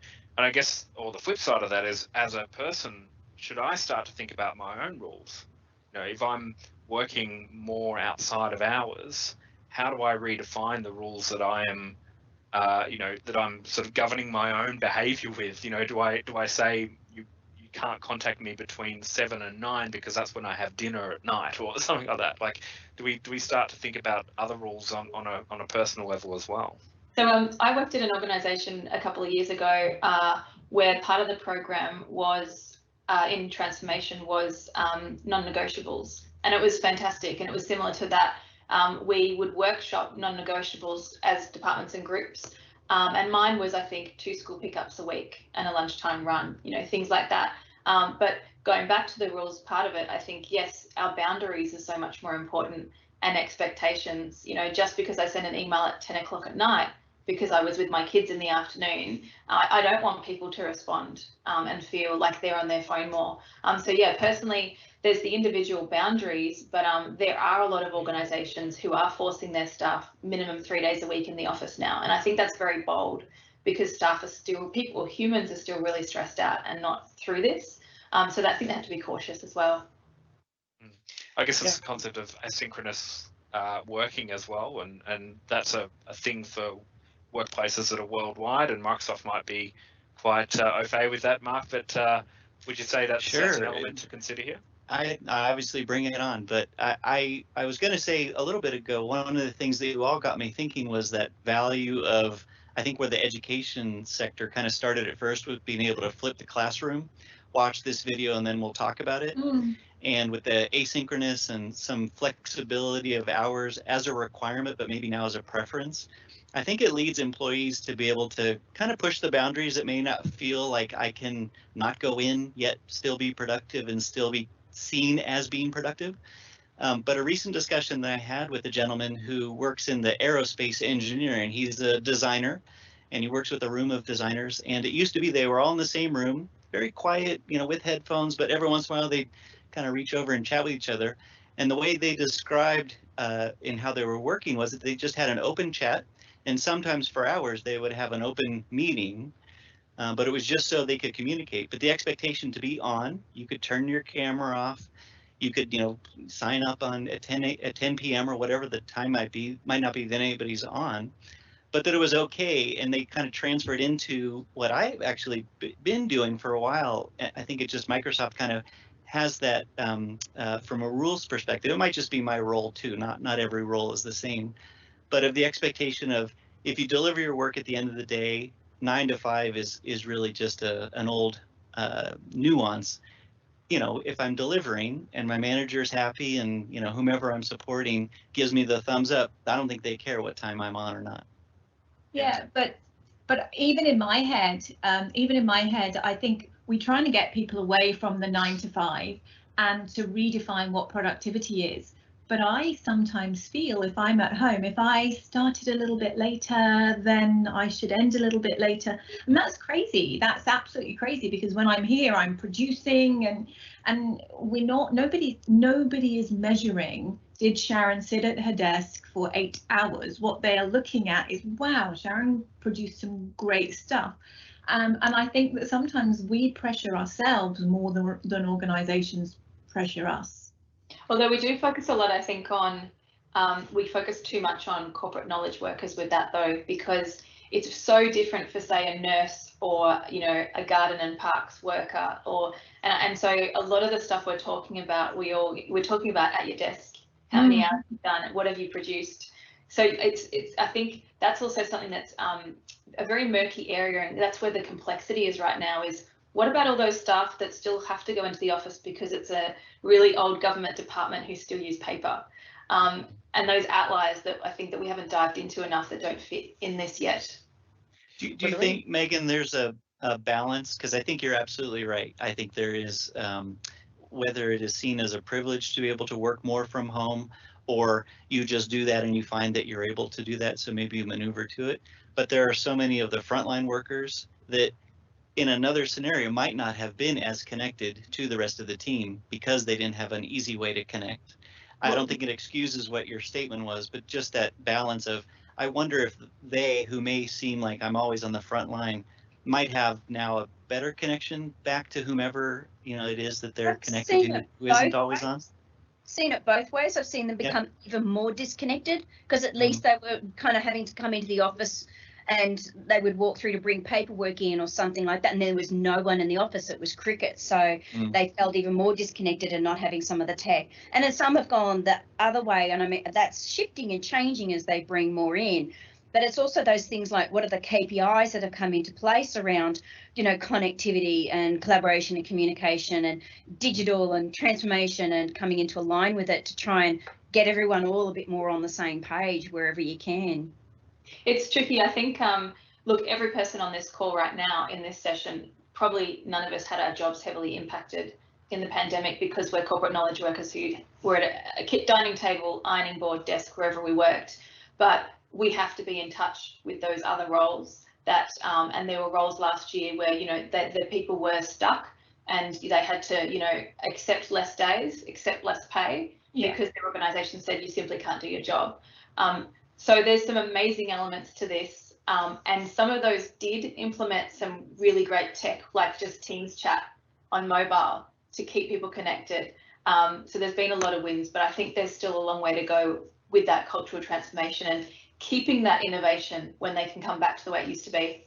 I think we need to be very concerned, or what leaders need to look at now is inclusion. You know, we speak a lot about diversity, but we really need to look at all of the different personality types and how they're faring, you know, the mental health of are introverts loving it? Are they absolutely loving it? Are extroverts hating it? Or vice versa. So we need to look at, or I think organizations will start to more now look at, how is what we're doing, how is hybrid working impacting the different types of mindsets and the way that people want to work.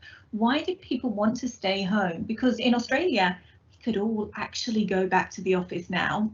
We could, but we don't want to, and employers are accommodating that. So we're starting to look at, well, what do you get from being at home? We want to make sure that if you are being asked to come in 3 days a week, we're not losing some of those great benefits that you've had. So I think they're starting to dig a little bit deeper into how we work and why we like to work at home.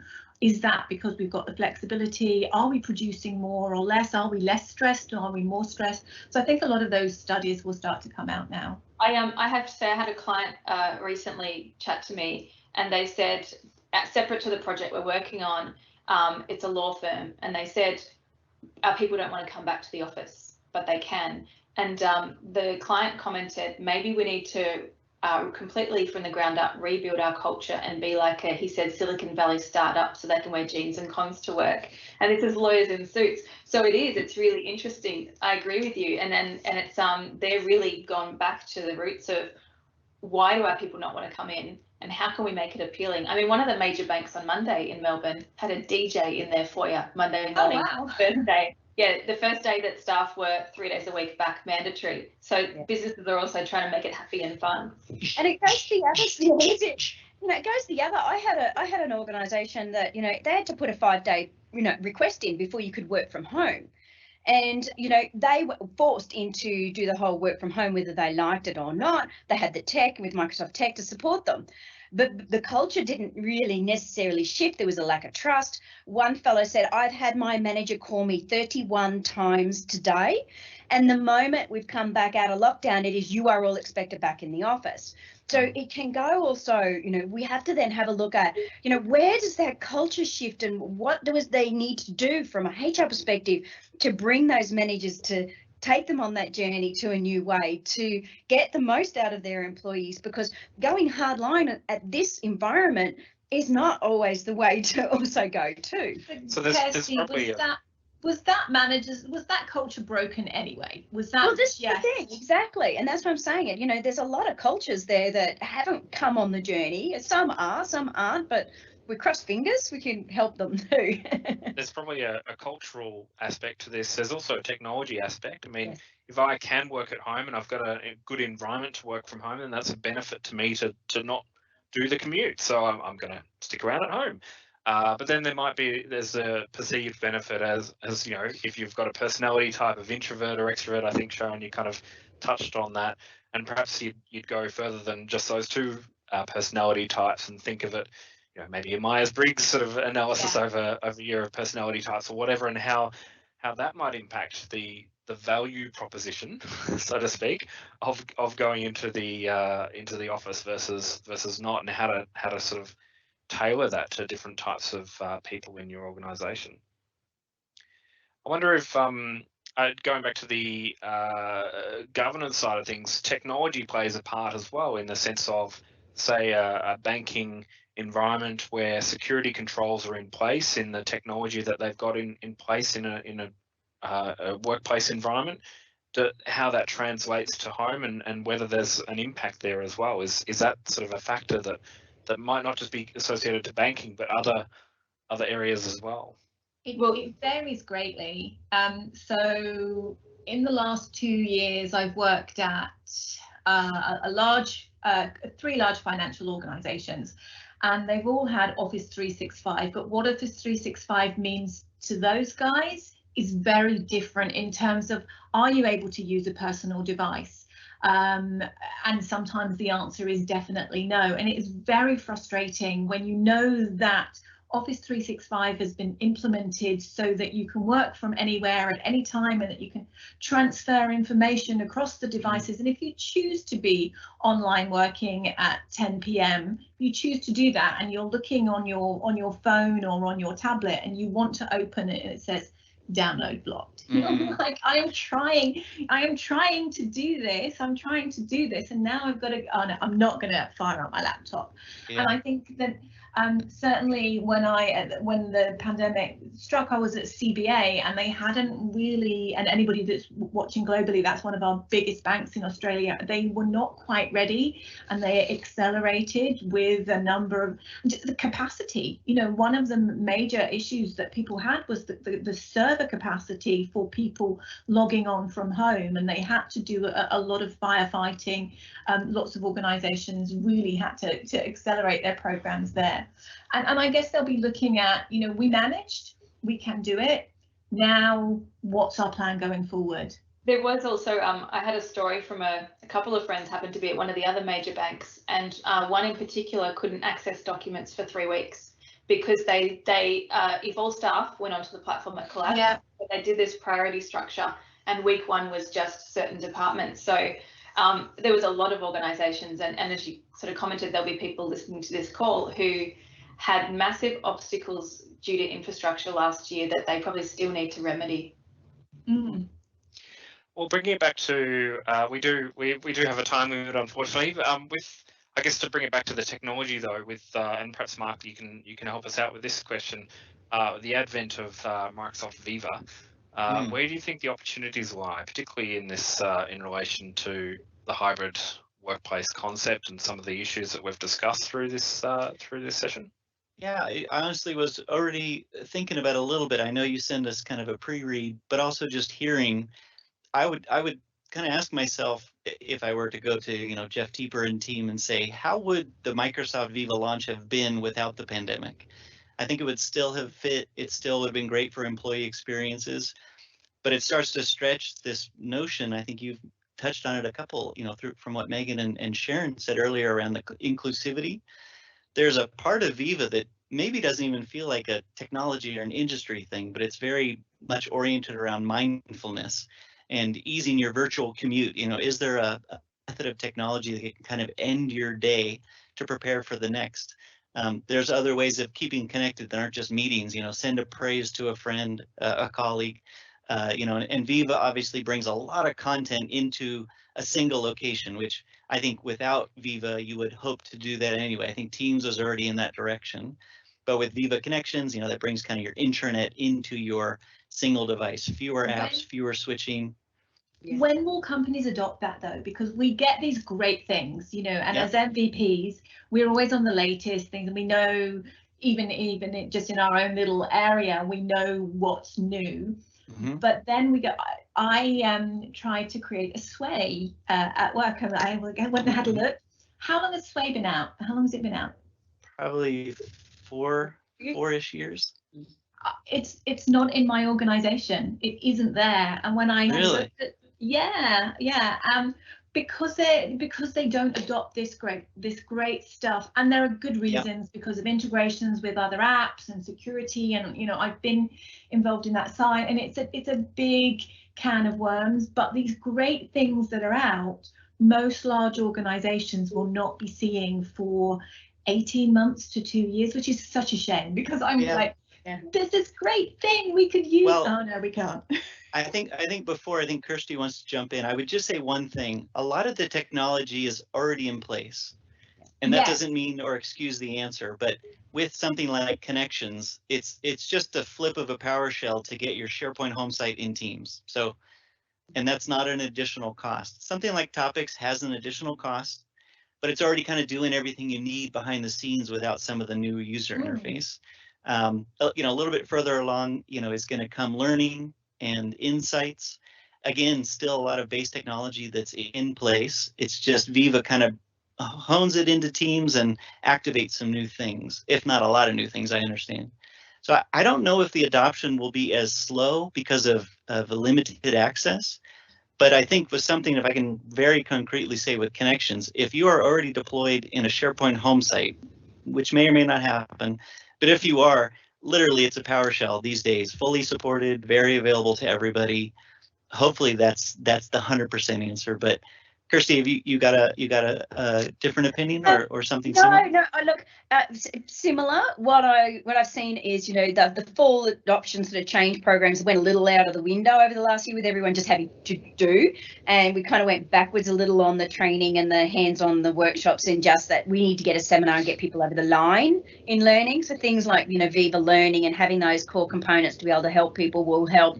At the moment I'm seeing a lot of chat and conversations, kind of chat or set up a Outlook meeting and all that, but they're not necessarily fully adopt all of the full collaboration at this point in Teams. I think we've got a year of adoption really kind of going to start kicking in soon. So we might see some more getting drawn in, and I think Viva will be a core piece to potentially tie a lot of that together, because it's the benefit. It's that if they understand the benefit, it's like anything. I think it's got some legs to soar. I think what's going to be difficult though is an organisation's experience of the tools will only be as good as, say, the people making the decisions, and we can bang on that door and say, hey, Sway's amazing, Viva's amazing, but if they're kind of just going, phew, we're working through, they can work from home or they're back in the office, let's just, keep them employed. That's going to be, I think, the 12-month journey, as well as just trying to get business decision makers, because Sharron probably decided their Sway's useless and it never came out, and people suffered and didn't get it, so that's where it becomes a shame, is getting that person to say yes to enabling and configuring. And I think this is a great opportunity to perhaps review that those decisions that have been made before. It's been such a change to the way that we work. It's sort of like an opportunity to say, okay, maybe it is now time to think about Sway or the other app.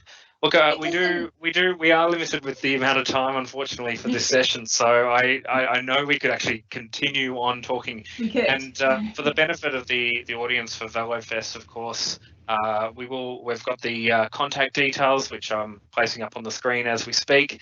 And if you do want to continue the conversation, we of course have the panelists in the chat window as well of this session. So please feel free to comment there, and if you have any further contact or any further sort of thoughts, you may wish to contact them through the means on your screen.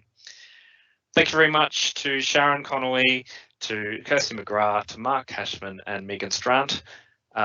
Very good to have you all on this session. Thank you. Thank you. Thank you, everyone. Yes, thank you very much indeed to the panelists that joined for that session. The next great disruption is hybrid work. Are we ready? Now, the panelists have kindly joined us in this live event. So if you do have any more questions to the topics covered during that session, please feel free to point to post those questions, I should say, to the Q&A of the live event. As we started off with, we had Sharron Connolly, Change Manager and Microsoft MVP, Mark Kashman, Senior Product Manager at Microsoft, Kirsty McGrath, Director of OnPoint Solutions, and Megan Strant, Organizational Change Consultant and Microsoft MVP. Now, later today, Daniel and I will showcase some coming features of Valo Connect. These features are designed to bridge that hybrid workplace gap. So if you're looking on drawing the line from topics discussed in the panel just now to Valo's product offering, do stick around. But next up, I'm going to hand over to Peter Yamore from Valo partner Nexon, who joins Daniel to showcase the relationships Valo builds with partners around the world. Over to you, Daniel.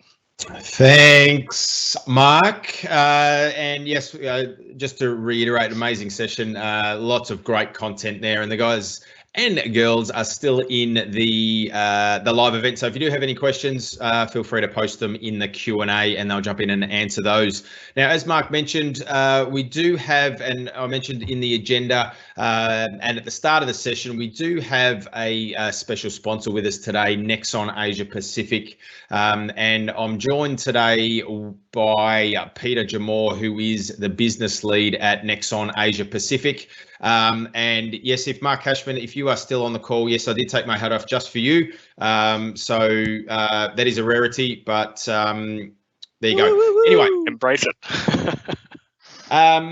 So I will now hand over to Peter, who is going to give us a little presentation about Nexon, and then we're going to come back and have a chat about a couple of really good use cases and customer stories that they've done over the previous 12 months. Over to you, Peter. Thank you, Daniel. Thank you for having us. Just share my screen. So thank you again, Daniel and Sam, for the opportunity to present at Valo Fest. It's a great honour. As Daniel mentioned, my name is Peter Yamore. I'm the Modern Workplace Business Lead here at Nexon. I'll talk a little bit more about what Modern Workplace means to us and types of solutions that we deliver for our customers. But I will spend just a couple of minutes just talking about who Nexon Asia Pacific is, the types of solutions we get involved with, and how we actually engage. And we'll finish it up with a discussion around some of the projects we've delivered over the last couple of months in particular. So Nexon's been around for about 20 years now.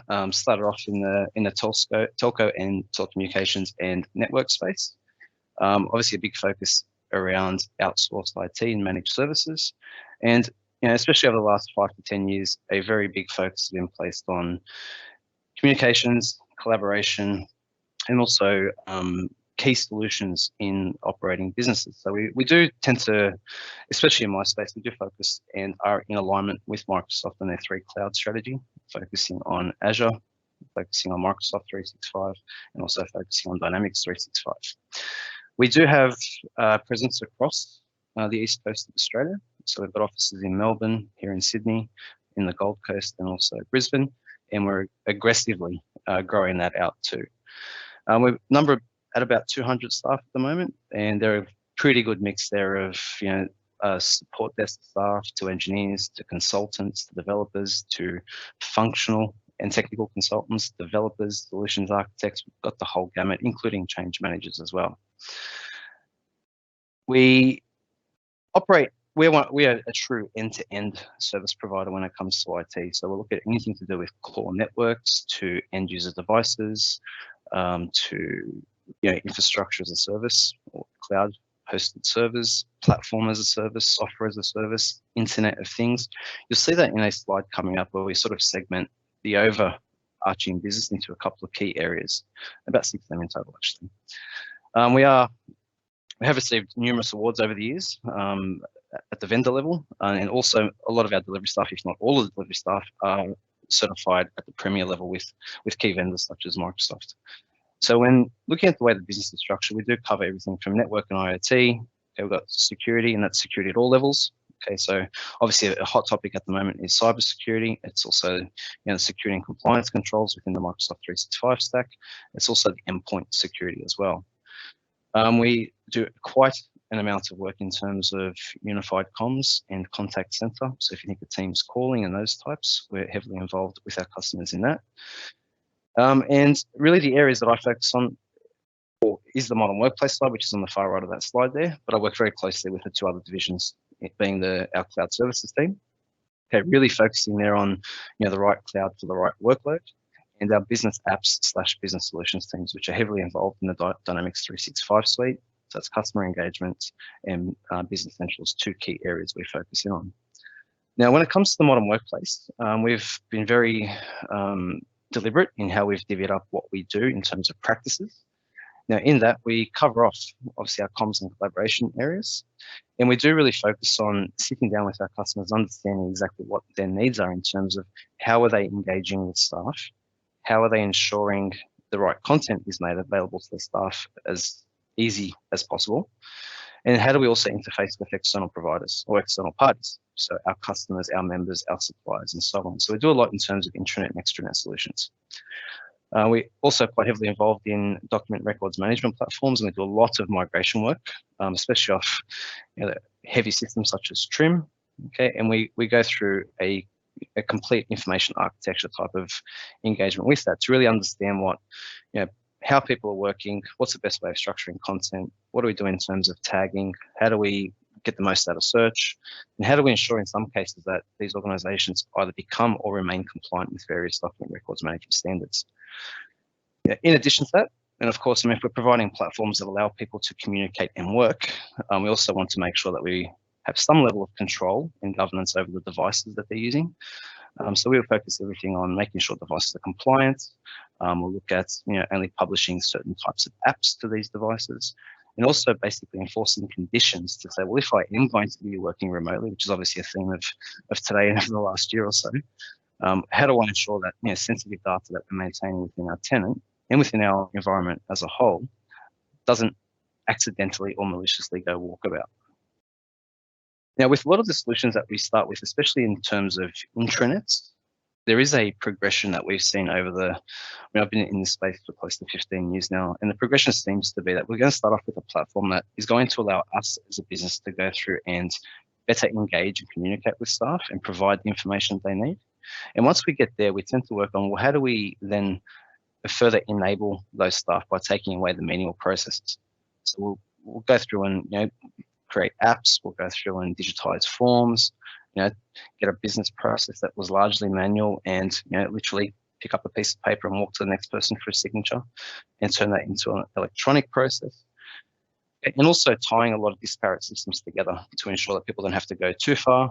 The amount of actions they need to perform are limited. So we have simple flow-on effects that take place when I perform a task here. It goes through and does whatever it needs to do in other supporting and backend systems. And in addition to that, we also find that we need to provide the right data to the right person in the right format at the right time.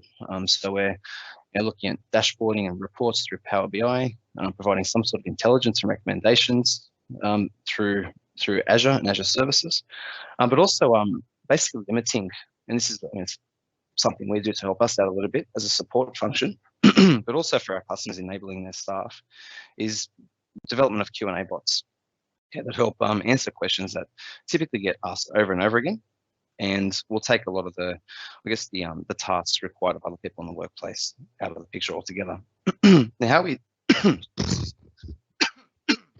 how we typically engage with our customers is we'll start off with a discovery phase, and we'll engage our technical and functional consultants to conduct a series of workshops to really detail what those pain points are, what the business objectives are. And once we've found out all that information, we've done our due diligence, we'll then go through and come up with some sort of solution that we can implement. Now, typically off the back of that, once we've done it, and we know, and we're very conscious of the fact that a lot of the reasons why partners like us are brought into providing solutions like this is because they either don't have the time, they don't have the available skill set, and they really need someone basically to help them. So we look at these types of projects as longer term partnerships. And once we've delivered a piece of work, we'll tend to have that carry on through some sort of consultative agreement, which could be, routine visits. It could be set number of hours per month that we spend on, maybe enhancing a platform, providing additional training, maybe road mapping additional features that could be deployed.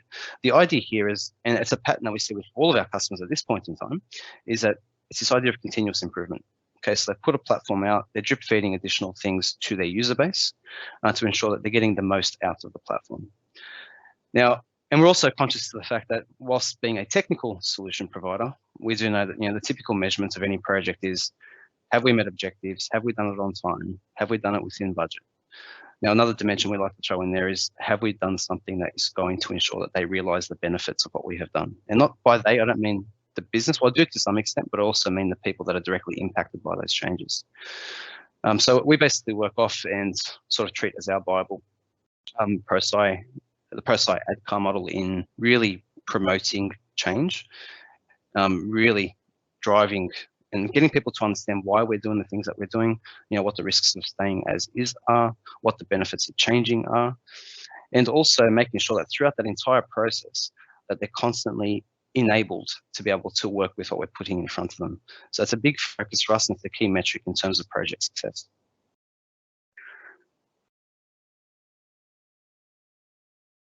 And I just wanted to also just bring up a couple of client stories or a couple of examples of some work we've done. And I'll start by highlighting some pain points. So the first one here was with Civic Risk Mutual, a relatively small organization, but they have a very large member base. And of those members, they're quite significant in size too, hundreds, thousands of users.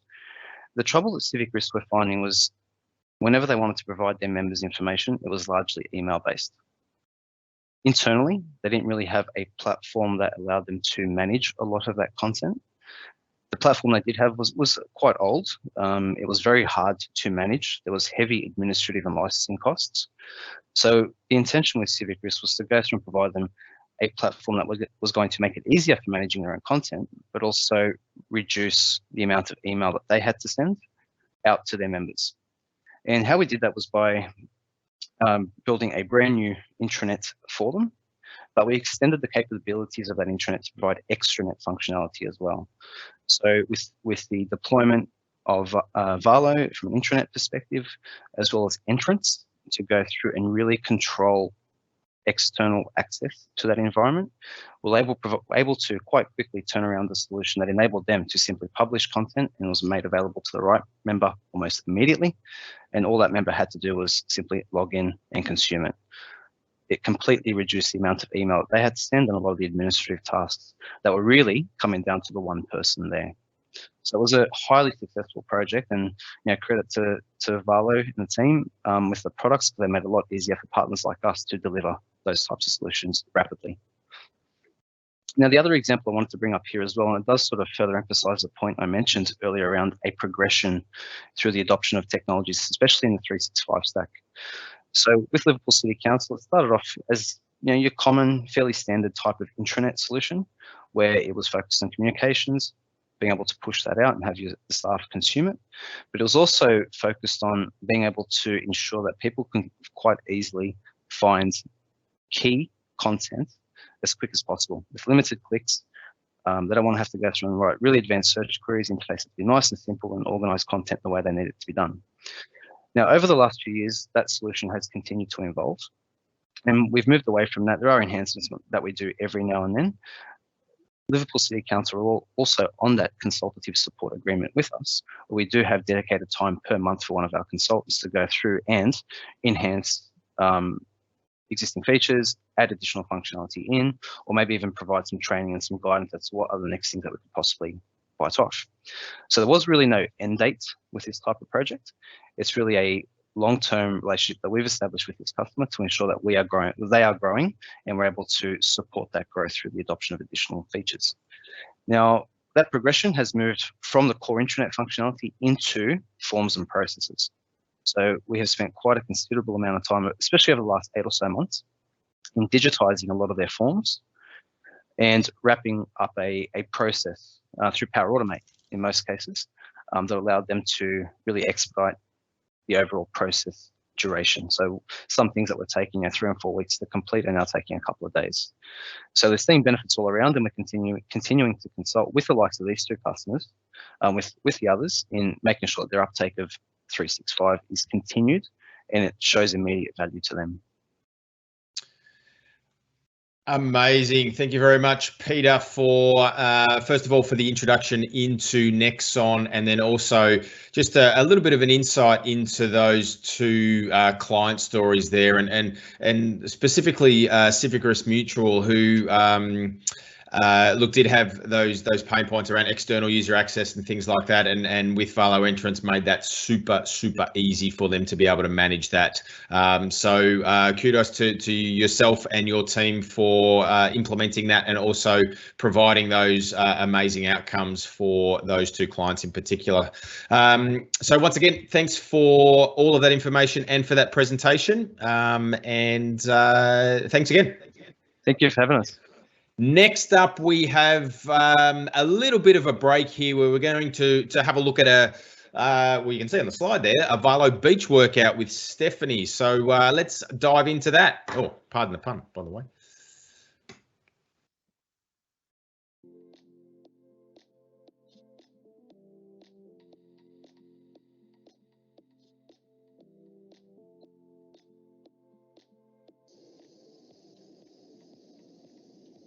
Hi everyone, my name is Stephany Alvarez. I'm here to guide you through a little mid-stress workout, or stretch, and I hope you guys are having a great time. But for now, please enjoy the scenery, and let's get our groove on. So, if you're at home, which you are, you must have a book, or you might just yoga or Pilates at home if you have a block. It's a great time to take it out. You can use a book as well, or a pillow. And it's just going to guide you, it's going to help you to unfold, to open up your chest, kind of release your hips. And at the end, we're going to do a little bit of activation for your core. So like that, you're all set for your next activity. So to begin, you put up off your side. We're going to roll on all fours. Take a deep breath.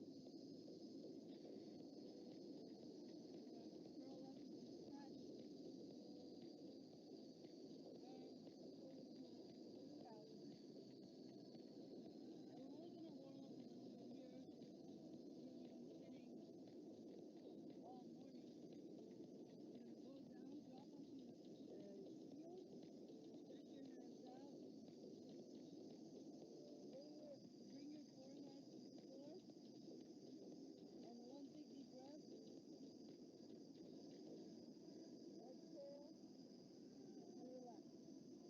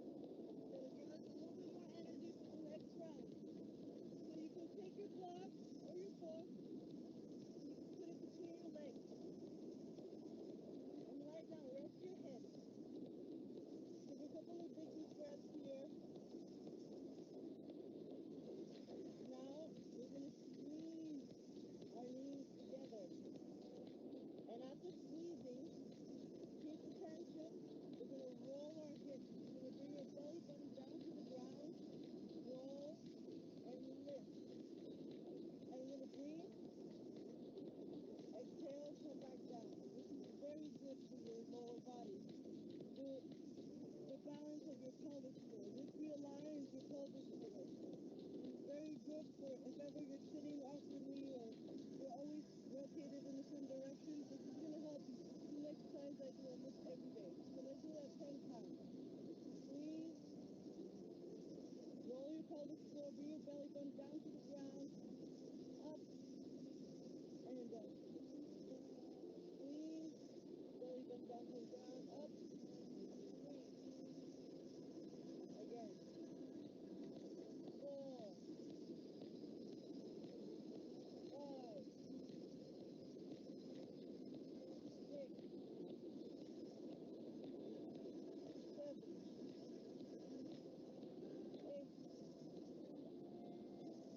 Alright.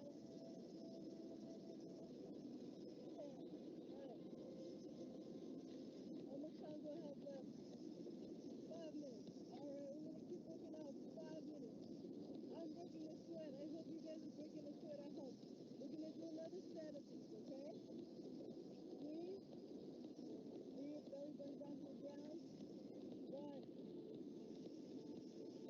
3,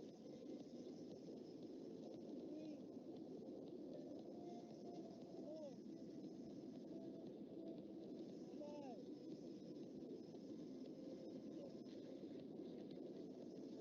7,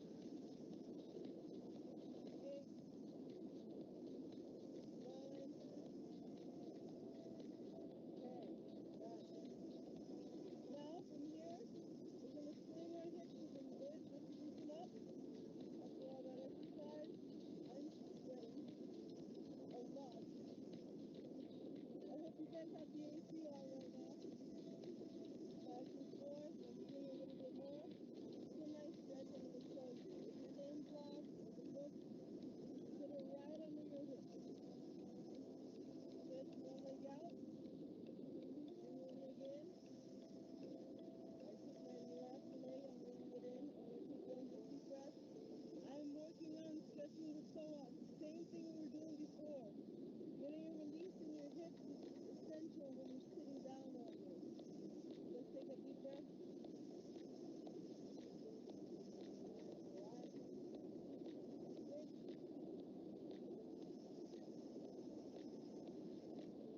Breath.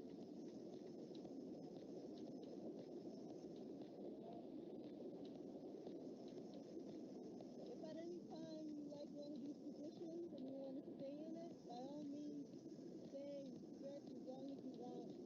There's no rule, no regulation. Just follow what your body tells you to do. It's always a good thing.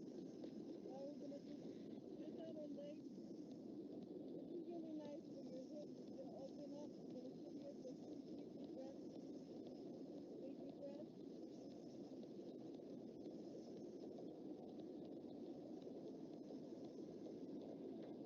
I feel like this is a really good practice.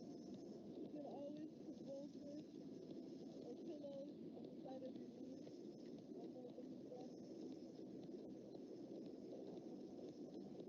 Alright. Now we're going to go and do a little bit of abs. Then we're going to stretch and open our chest. And then we're going to take big deep breaths. And shabbat. And we're going to hold plank for 30 seconds, okay? Walk to your elbows.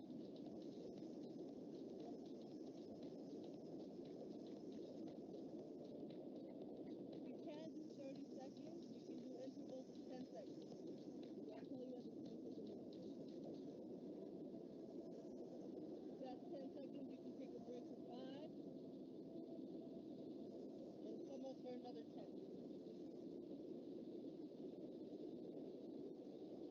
And up for another 10 seconds.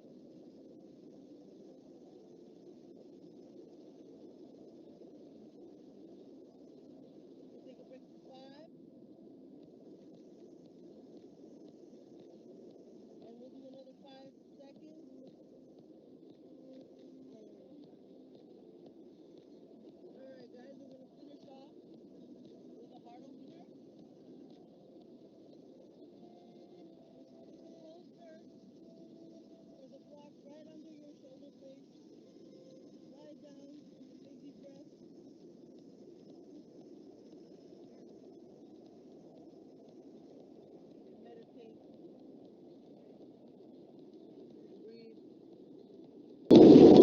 great Valo Fest, everyone.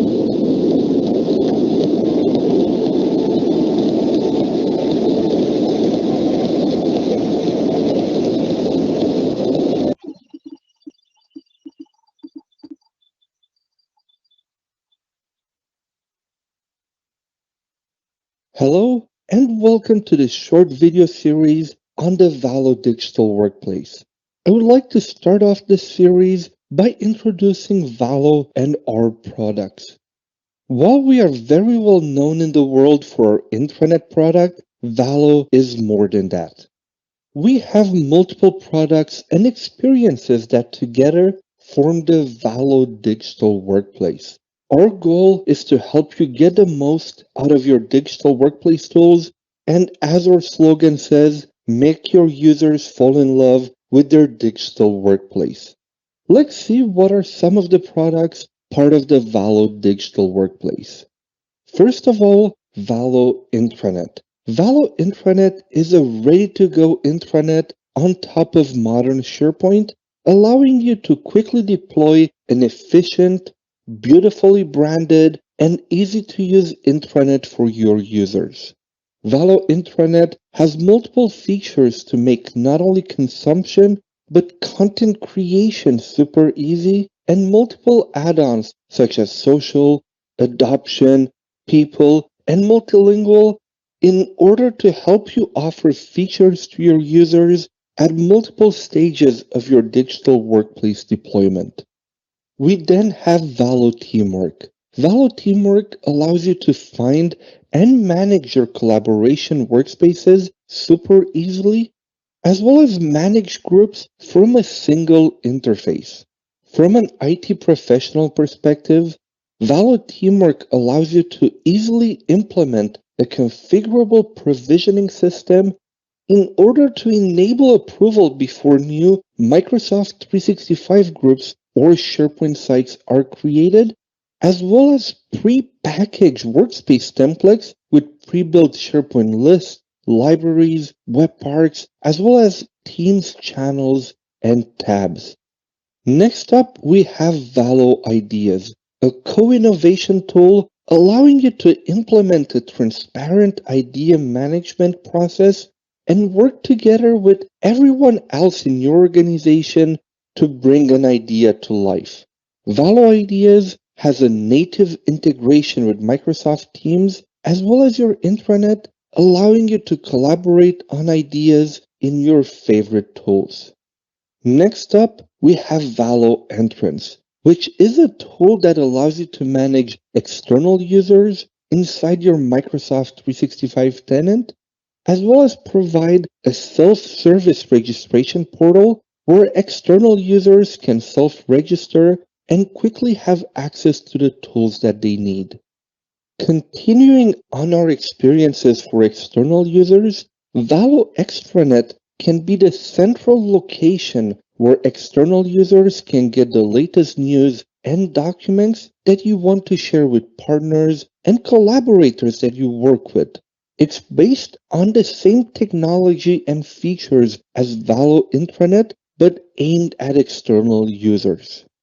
Last but not least, Valo Connect is the digital workplace tool that consolidates all of your digital workplace tools and business applications into a single location, the user-loved Microsoft Teams. Valo Connect can bring in all of the Valo products that we have talked about so far, as well as any SharePoint Online page, Power App, or even embeddable third-party tool as a Microsoft Teams personal app. At Valo, we also believe that you should be able to be productive wherever in the world you are and what Microsoft 365 product you prefer to use. Therefore, Valo works either inside the browser as well as on your phone with dedicated mobile apps and directly inside Microsoft Teams, so you can always consume content from your preferred device. Valo is currently used by more than 800 customers and 3 million users across 50 countries. Our partner network is now composed of over 250 certified Valo partners across the globe, which are ready to help you get the most out of your digital workplace experience. Over the past few years, we have won numerous awards, the most recent ones being the Best Intranet and Extranet winner at the famous European SharePoint Conference in December 2019. In 2020, we have won the Intranet Choice Europe and North America in the prestigious Clearbox report, as well as the Microsoft ISV Partner of the Year in Finland. Finally, in 2021, we have won the Intranet Choice Global Award in the Clearbox report. This is it for this video. Thank you very much for listening to it, and check out our other videos part of this playlist that will show you the specific features that will make your users more productive and fall in love with their digital workplace.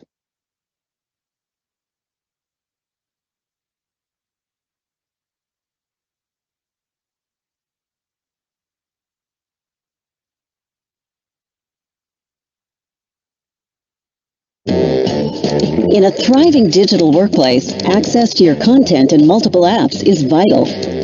These are often stored across different locations, which at times can cause confusion. Imagine a world where all communications, collaboration, and co-innovation happens in one location. Introducing Valo Connect. Valo Connect enables you to focus on the things that really matter. Intranet, pages, business apps, websites, and even custom-built apps designed specifically for your business needs. Whatever it is that you use in your digital workplace, Valo connects them, helping your team to stay informed with everything from internal communications to industry news, helping them to locate and edit files and documents without jumping between multiple sources. Everything is better together, under one roof. It's time to make the connection and bring all your tools together within Microsoft Teams. Build the digital workplace of your dreams.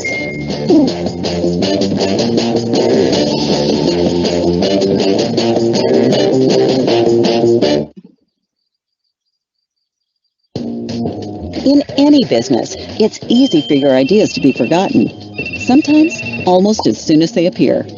But what if there was a place to share your ideas directly with your colleagues? Introducing Valo Ideas. Valo Ideas is where your thoughts come to life. They can be discussed, accessed, and even promoted within your business. Sally and her team use the platform to showcase new ideas with their colleagues around the globe. These ideas can be supported using the Like feature and give other team members the ability to add their thoughts too, all from within Microsoft Teams. Valo Ideas uses campaigns to keep ideas organized and ensure that they are only seen by the appropriate teams. Using analytics, it's possible to view trends, filter ideas by type, and even check out the top contributors. Valo Ideas delivers an experience that empowers teams across all organizations to ideate and co-innovate towards the dream workplace.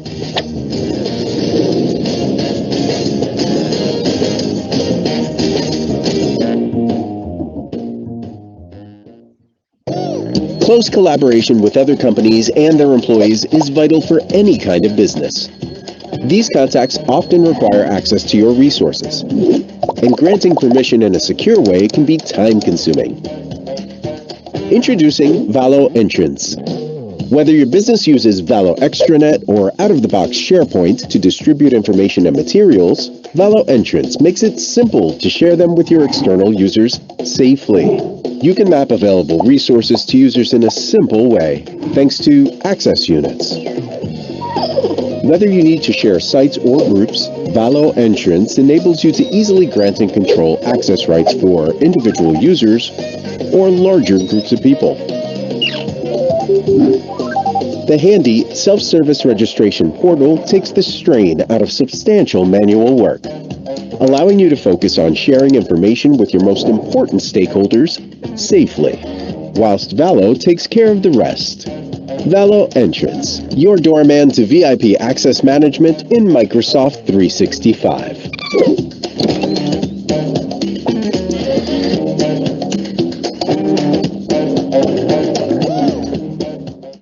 I'm Mark Whitmire, and I'm Vice President of Digital Solutions for Catapult. I'm Eric Russell, Product Owner for Fuse at Catapult. We are based in the U.S. We've got customers in almost every state, and headquarters is in Austin. We're about 7 months into our Valo partnership. We've got 13 under contract today, and we think we'll be around 30 for the first year. Being a Valo partner has had a big impact on us. It has really helped us be more competitive. The investment Valo's made has really has made a big difference for what we bring to our customers, and so our growth has accelerated because of that. And it's helped us focus on what's in our wheelhouse, which is the services. Our favorite aspect of the partnership is the people. We found Valo to be very easy to work with, very, very responsive whenever we need support. We were able to hit Premium Partner in less than 6 months because of the richness of the product. We had an existing customer base, and it allowed us to bring a quality product to them to solve their business problems. I feel like the Valo partnership, it's been very much two ways. We've gotten a lot of support from Valo, and I like to think that we're supporting their business as well. Yeah, in terms of support, I think Valo has been very responsive, whether that's through their support team or through their marketing team or even our partner manager. The support's been great, and it's been very responsive. You know, I think the key thing in deciding to become a Valo partner was, first of all, the richness of the product, of the feature set. I think secondly, that we felt like it was priced fairly for the market demand, and then the people really put it over the top.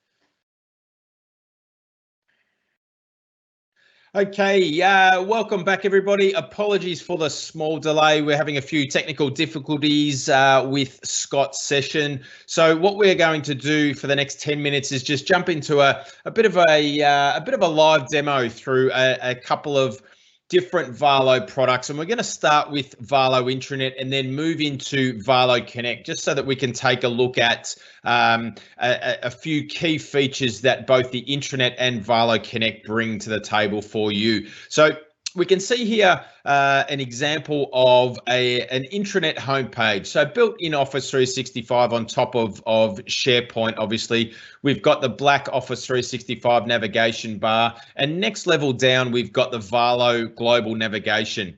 Now, what we can see with the global navigation, a really big differentiator here between SharePoint out of the box and with a Valo intranet, is the ability for us to have a nicely looking, engaging and user-focused global nav here. And we can see that in this example, in this tenant, we've got 3 levels of navigation here.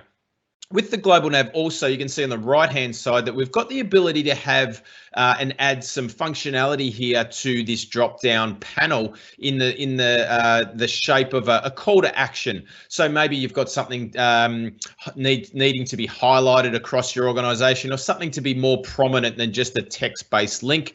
We've got the option and the ability to have some call to action sections in each of the panels that fly down from a drop-down menu. Now, another thing to note here in the global nav is the ability for you or the intranet group or the intranet owners to be able to target these links at the right groups of people. So what we can see on the screen here under internal services is a structure almost like a departmental type structure. So in this case, it's internal services. So we can see we've got HR, we've got marketing and comms, and also IT. Now, let's, for argument's sake, say I'm a member of the human resources department or the human resources team. I can see all of these links because they're relevant to me to do my job. But if I'm a member of the IT team, for example, then some of these may not relate to me, or they may not be of interest to an IT person. So what we can do is actually target these links so that they display for the right people. And they're driven by your user profile. So let's say we want to target the manager tool pack just at the human resources users or members of that team. We can easily do that through the navigation management of Valo. In addition to audience targeting, we can also security trim these as well. So we can secure these links. And if we make these links secure, That means that if you don't have access to that underlying resource, then you won't even see these links or even be able to access them. So it's a little bit different than audience targeting, where security is actually denying you access to the visibility of these navigation items, but also you won't even have access to the underlying resource there as well. Now, if we jump back onto the homepage here, you can see that in this layout, and this is our Candela layout, you'll see that we've got a nice big news carousel, really good for promoting corporate communications and important things that are happening across your organization. You'll also notice here that we've got our little quick links or app launcher that's being presented over this carousel. And these could be links to any frequently accessed tools or resources or forms or anything like that that you need to make some quick, easy, make it nice and easy for your employees to be able to access. Now, if I take focus now a little bit back onto the global navigation, in addition to those quick links, what we'll see here that as part of the global nav is a section called My Tools. Now, there's two use cases here. What we can see on the left-hand side is a section called Our Links. And then on the right-hand side is a section called My Links. Now, Our Links is where an intranet owner or the group of people that are managing this intranet can make available or publish links to the entire organization and make them available through the global nav. But again, what we can do is audience target these so that the right people are seeing the right links at the right time. So it's a really personalized way of presenting these links. You'll also see on the right-hand side, I've got a section called My Links. Now, My Links is more personal to me. And these are the links that I've added as part of my links. But when you log in or when another user logs in, these will be different links. So they'll be their own. So it's again a nice personalized approach to managing the links for each user. You'll also see the functions down the bottom here where we can either edit this. Obviously, we can't, depending on permissions, I can edit the Our Links, but I can also add and remove components or links in the My Link section. So let's say I want to delete that. I can delete that particular link. I can also add additional links and also add any current page from the intranet that I'm on. Now, if we keep scrolling down the page, we'll also see that we're aggregating news across the entire intranet. And depending on the information architecture that the intranet has been deployed to, we might have a number of different sites. And the human resources group or department might be managing the content in their site. What we're doing on the home page here is actually aggregating via search all of that news that's happening and being published across your organization, across multiple different departments, and aggregating that into and onto the homepage using a Valo web part. The same thing we can see here with the events. So the events, again, another web part that's been added to the page. I click on the event, the information about that event flies out from the right-hand side, and we've got all the details that we need to there. We can also see here that we've got this section of the home page and this little web part called Subscribe News. Now, this is a new feature of Valo Intranet where what we now allow is the ability for an end user to actually subscribe to certain topics. Okay, so what we can see here from the Valo toolbox as an end user, I've got the ability here to manage my own personal topic subscription. And you can see the logged in user that I am logged in as here is subscribed to a number of different topics. Now, once subscribed to these topics, and once this web part is added to any page across your intranet, what that means is that information will display through that web part of all the topics that I've subscribed to. So in addition to all of the corporate communication that we're seeing potentially maybe through the top here, through the carousel and through local news, we've also now got this nice personal option here where I can subscribe to that. You'll also see that we've got a people web part here that is highlighting whether that be new starters or employee of the month or that type of thing as well. Now, while we're on people, another another cool aspect and functional area of the intranet is all around the people in your organization.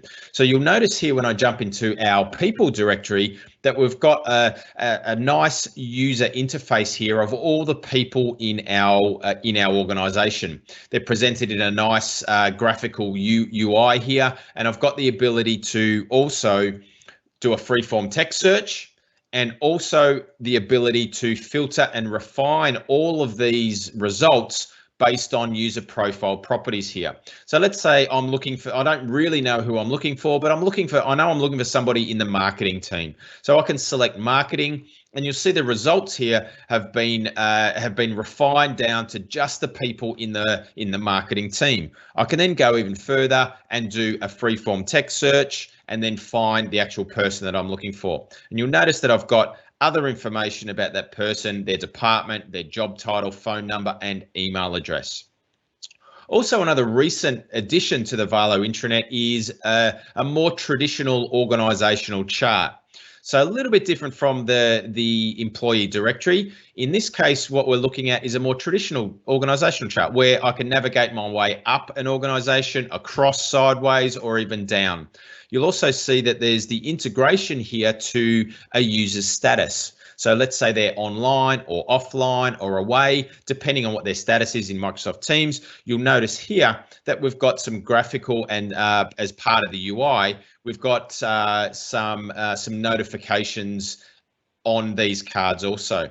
And as with anything in Office 365, when we see these three little dots, when we click on these, it means that there's more information behind that. And you'll notice on these cards at the moment, we've got phone number, email, and an instant message option there for us to be able to engage with our people.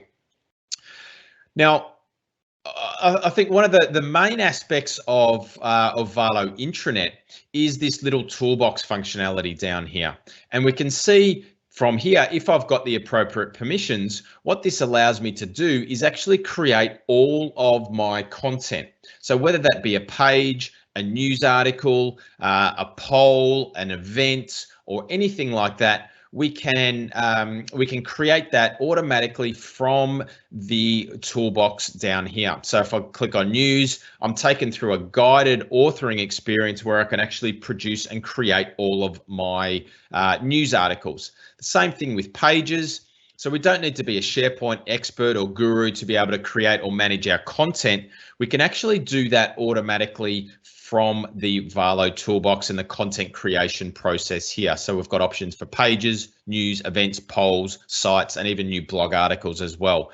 You'll also see here we've got a page template option. So you can build up a page however you would like the layout to be. Even images, web parts on the page, anything like that to give your authors a starting point. We can create a page template from that created page, and that will appear automatically here also in the page template drop-down list here. So that is a high-level overview here of the Valo intranet. Now, what we're going to do now is I'm just going to check with the team to see if we've got Adam in line to present his next session.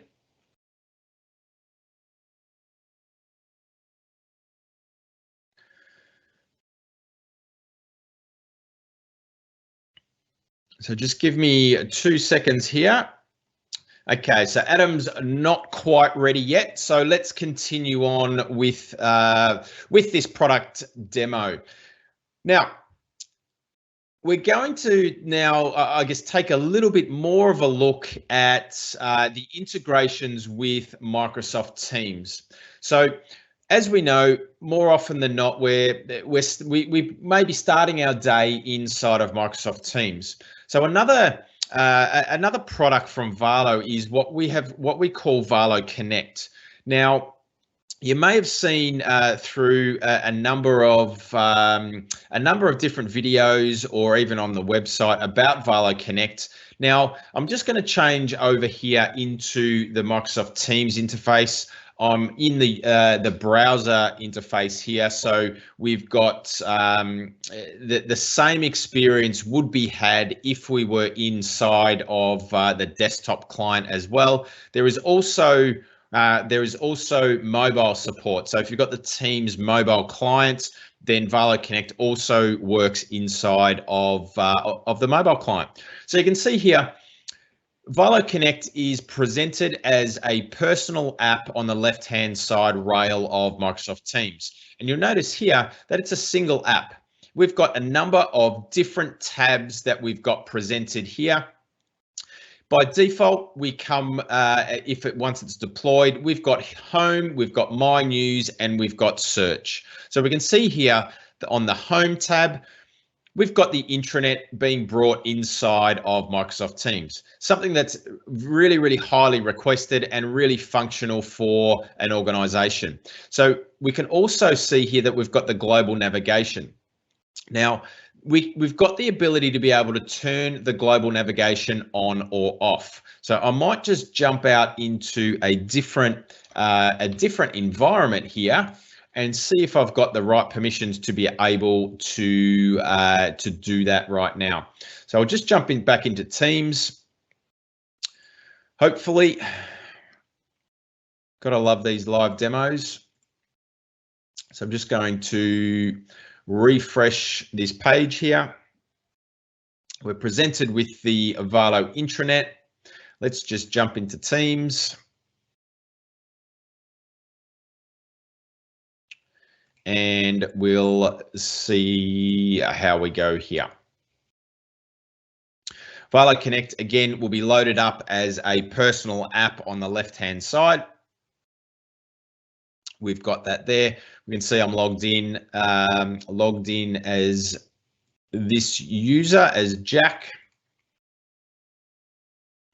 And you'll notice that I've got this cog in the right-hand side here. So what this, if I've got the appropriate permissions, what we could do here is change the layout of these tabs, add additional tabs, and really build out this personal experience. So if I flick across to My News, what we can see here, this is more targeted at corporate communications. So we can see we've got a number of different parts on this page. And I'm focusing in the top left here around organizational news. We've also got My News. So this is more for anything that's been targeted at me specifically. You can see here, this is a finance article. It's been targeted or tagged with career and learning customers and forms and processes. You'll also see that we've got the ability to bring in external news sources. So here is an RSS feed. And here through the middle here, we've got some trending news. So the most commented, the most liked, the most engaged pieces of content across your company. And also a nice little feature here is around the team news. So if we're using Microsoft Teams and that individual team is using the SharePoint news functionality as part of that team, we're actually surfacing all of that inside this little web part here as well. All right. So focusing a lot here on corporate comms. Now, if I then flick over into the search tab, quite often when we're thinking about intranets and teams, they're kind of disjointed. So you might have to visit multiple different locations. So what Valo Connect really does is bring all of that information and all of that content into the one place, into the one app inside of Microsoft Teams. So we're staying in context of where we are working. And you can see here an example of that. So this is an enterprise search environment. So this is bringing in content from all across the intranet and also Microsoft Teams. So you can see here that this particular document is part of the Office 365 support team. We've got information here from health and safety, and you'll also see that on the left-hand side, we've got a number of different refiners here. We can refine on authors in this case, on file extensions, but again, really determined by your information architecture. So if you're using some classification or some tagging or things like that, then we can make those as refiners and users will be able to refine on that content. So if I do a quick search here, we can see that this is a dynamic search, and it brings back live the results of these documents. Now, it doesn't matter where these documents are living. So it could be on your intranet, it could be on your in Teams, it could be in any other SharePoint site. But what we're doing is we're bringing all that into the one location. If I go again across to this organizational tab, you remember back in the intranet where we looked at that people directory. So what we're doing here is we're now integrating that inside of Microsoft Teams. And because we're in Teams, it kind of makes sense that we use the Teams functionality and we stay in context. So if I am looking for somebody with particular skills or first name or surname, I can do a freeform text search like so. And let's say I've found Brett. I don't really want to send him an email, but I just want to send him a quick instant message. So I can click on his face here, and it knows, Valo Connect knows that I'm in Teams, right? I'm in that context. So it's going to start up a one-to-one chat with that user. All right. So again, staying out of the inbox, using the platform that we're on inside of Microsoft Teams. Now, as we've mentioned previously, Valo Connect is more about more than just bringing that intranet into Microsoft Teams. All right, so there's the ability and the capabilities inside of Valo Connect for us to be able to bring in other components, not just Valo components or other Valo solutions, but also maybe potentially some Power Apps or some other line of business applications, even Microsoft Lists or document libraries or any of that type of content also. We've got the ability to be able to do that. Now, in addition to this personal app that you see on the left-hand rail here, and this is where we get some really great functionality is inside the Teams experience itself.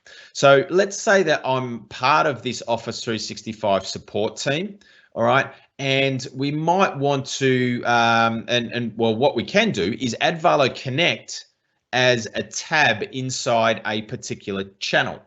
All right, so you can see here, I'm in the general channel of the O365 support team. And what we can do here is click on Valo Connect. And this is scoped and in context of just this particular team.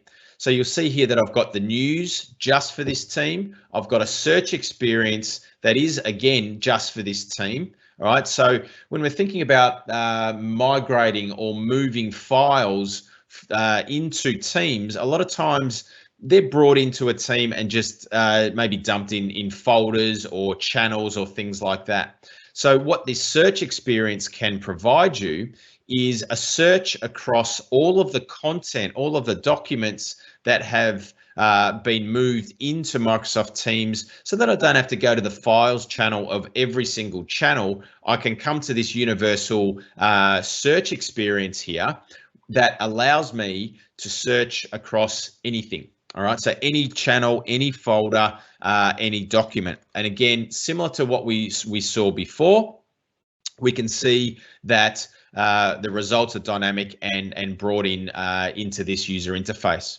We'll also see a members tab. So this will automatically pull through the members of this team, and you can see here that we're integrating a little bit here with Valo ideas as well. All right, so not only can we have this personal app inside of Microsoft Teams that sits on the left-hand side rail, we've also got the ability to add Valo Connect as a tab inside of a Teams channel. Now, what we're going to do now is I just want to showcase a little bit of functionality here that is relatively new to Valo Connect. So again, I'm inside the Connect app, and I've got the ability here and the permissions here to be able to modify and configure Valo Connect. So one of the great and cool features that I really think adds value here is the ability for us to control the page options. So over here, we've got the ability here to hide. Let's say we don't want the global navigation. and we don't want the footer. So what I can do here is on this tab, I can say, right, let's hide the top nav and let's hide the footer. I'll save that, and dynamically what's happening here is that has been removed, and I'm now just left with the actual content of the page. In addition to that, what we can see when we jump into configure pages is that we might want to have a document library. Let's say we want to bring a document library into the equation here. I can select, it automatically reads the document library from the SharePoint site. I can choose an icon, I can save, and then automatically this is added as a tab inside of this Valo Connect instance here. And we've got all of the functionality of a SharePoint document library now directly inside of Valo Connect.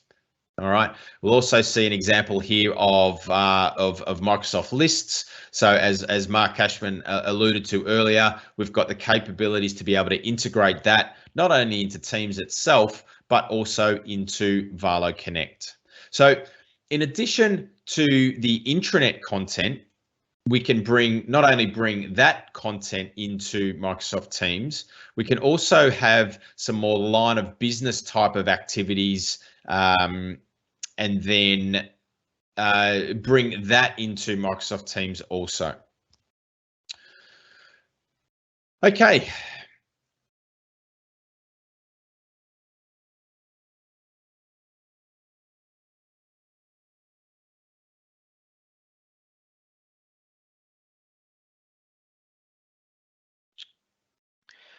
That's a really good showcase of both intranet and Valo Intranet and Valo Connect capabilities. Thank you, Daniel, for that. That's a good summation of what we can do with the Valo product set. And I was actually hoping to take this opportunity today to also showcase some things that are coming soon to the Valo Connect product suite. I, being the product owner of Valo Connect within Valo, I thought maybe this is a good opportunity to get in with that possibility. So perhaps Daniel, if you want to help me put that together, I've got a demo environment which I can present version 2.0 capabilities. Certainly looking forward. There's some amazing features and functionalities that are coming to Valo Connect 2.0, and we're lucky enough to have Mark Powney, product owner of Valo Connect, with us to jump in and showcase some of this functionality for us. So as Mark gets his presentation ready, which I think he's got all up and running for us. Absolutely. So over to you, Mark. Awesome. So yeah, Daniel has taken us through what Valo Connect is all about and some of the key features of the existing version of Valo Connect. Going back to the basis, what is the reason for Valo Connect as a product to exist?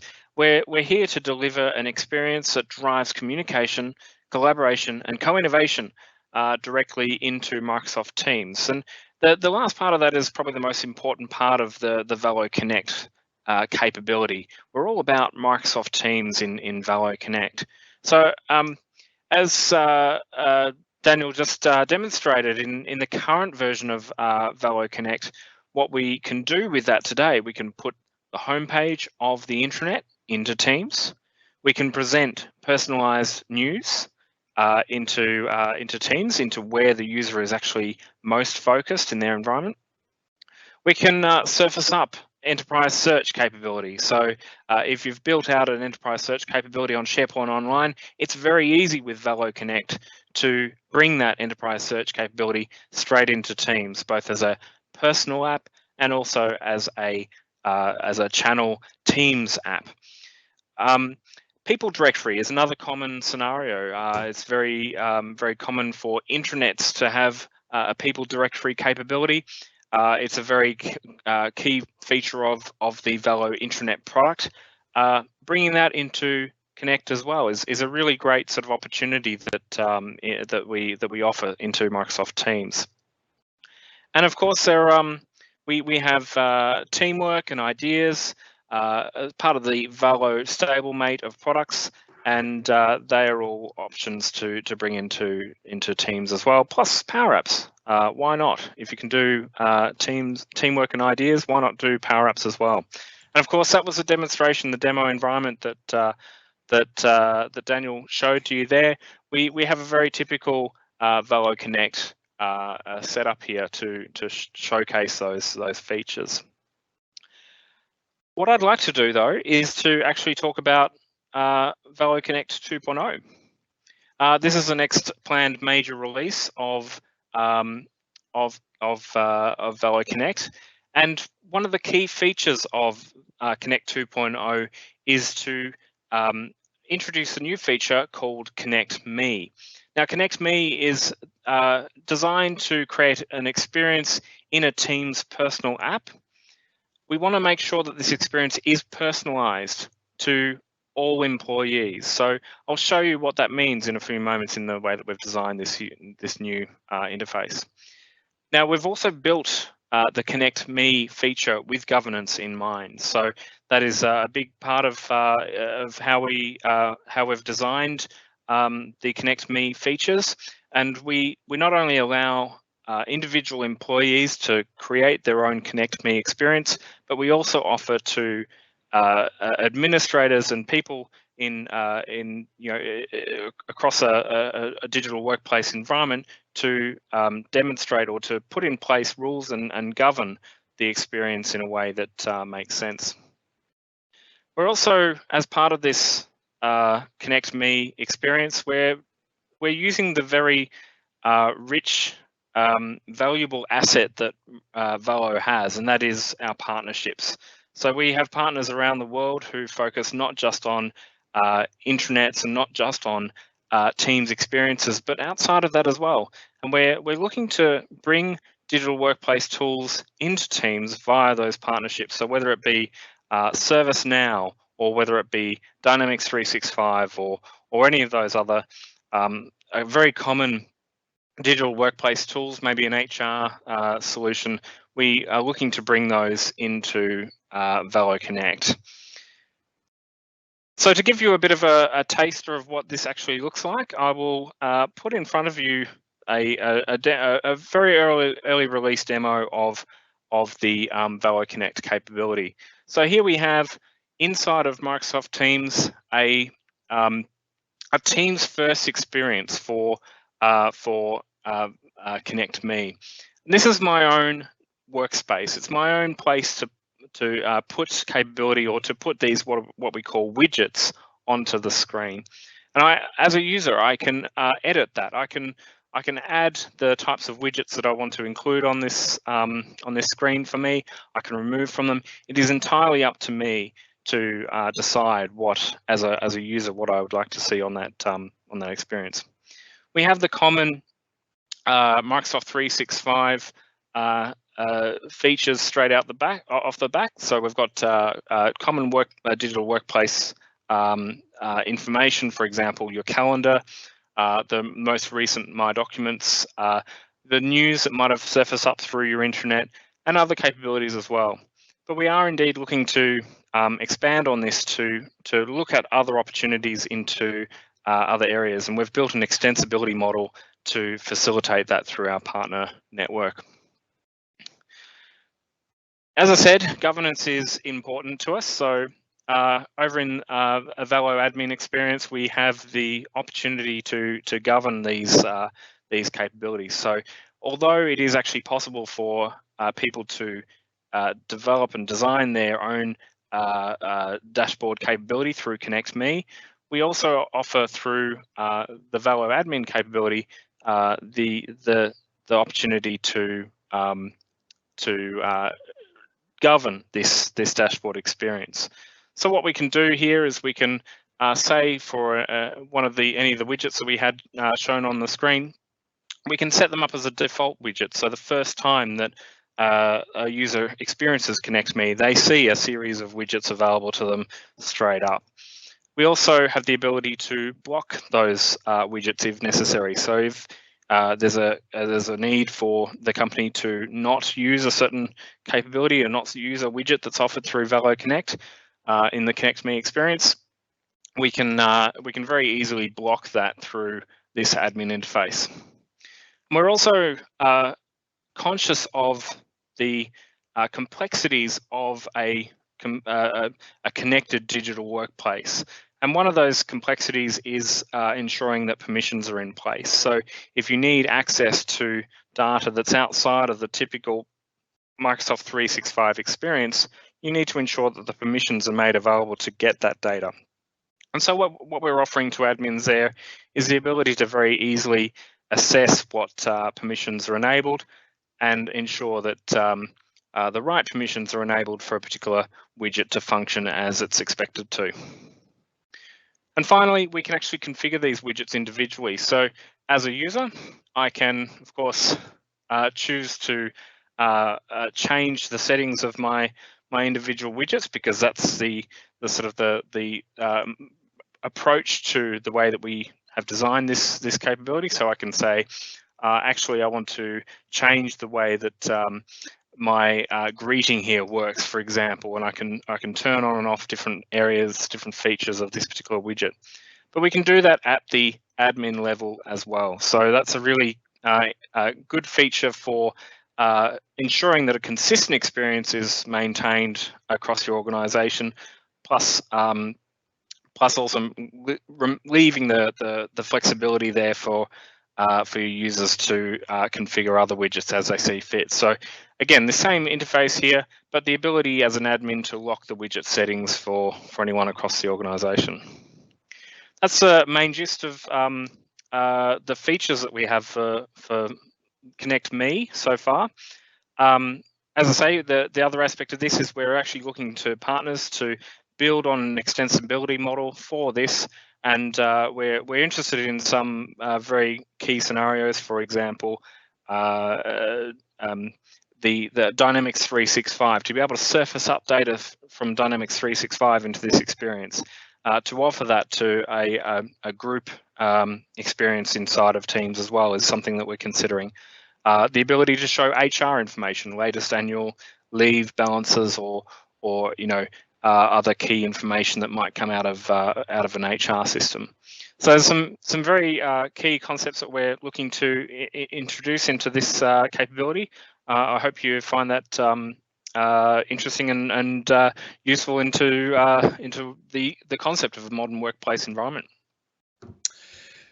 Thank you very much, Mark. And yes, there's surely some amazing features coming out with Valo Connect 2.0, and I think a lot of those the features around those widgets and being able to personalize them as an end user, I think is going to add a lot of value to a lot of organizations. So great work from you and your team, and we're really looking forward to getting that out in the wild.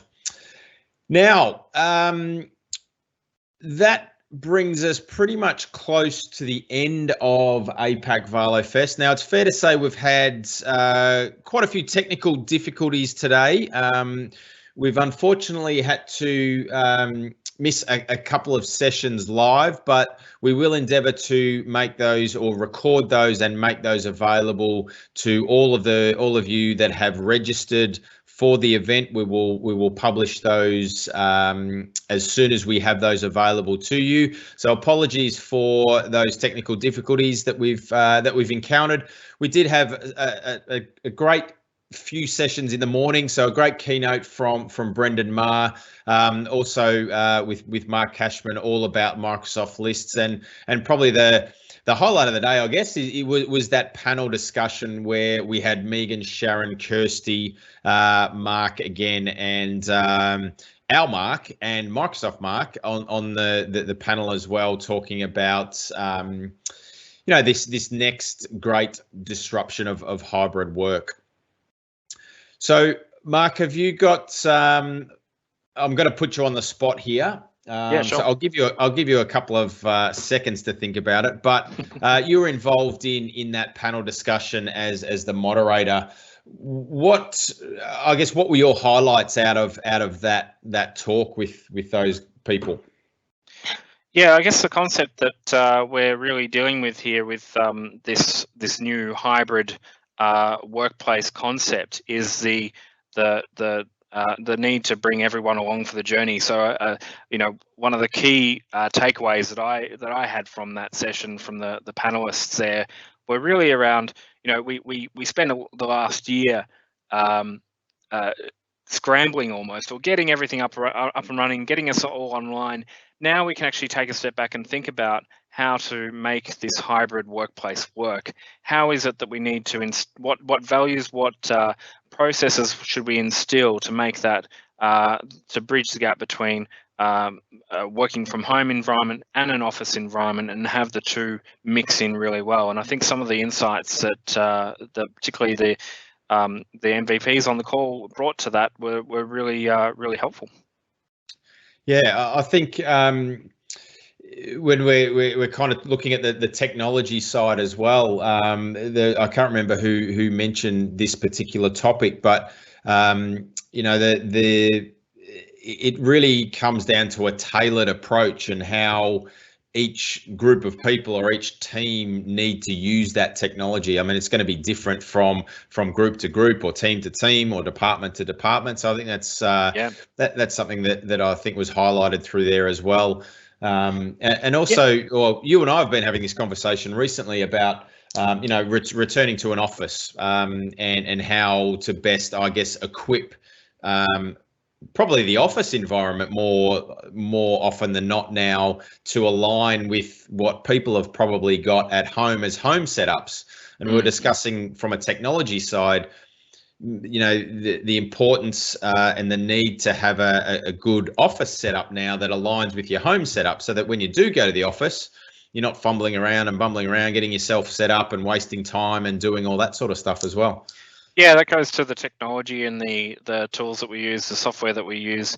It also goes to the broader concept of is it actually valuable for me to go into the office? I think it might have been Sharron or Kirsty, I can't remember who it was, mentioned the concept of what is actually going to make me want to go into the office if I'm just going to the office to spend a lot of time on Teams and doing a whole bunch of Teams calls. I may as well have done that from home because I've got a good home setup now. So that's the kind of the change, the shift in thinking, perhaps from an employee's point of view, particularly the information worker, the professional that's in front of a computer most of the day. That's really a key decision to think about when moving back to the office.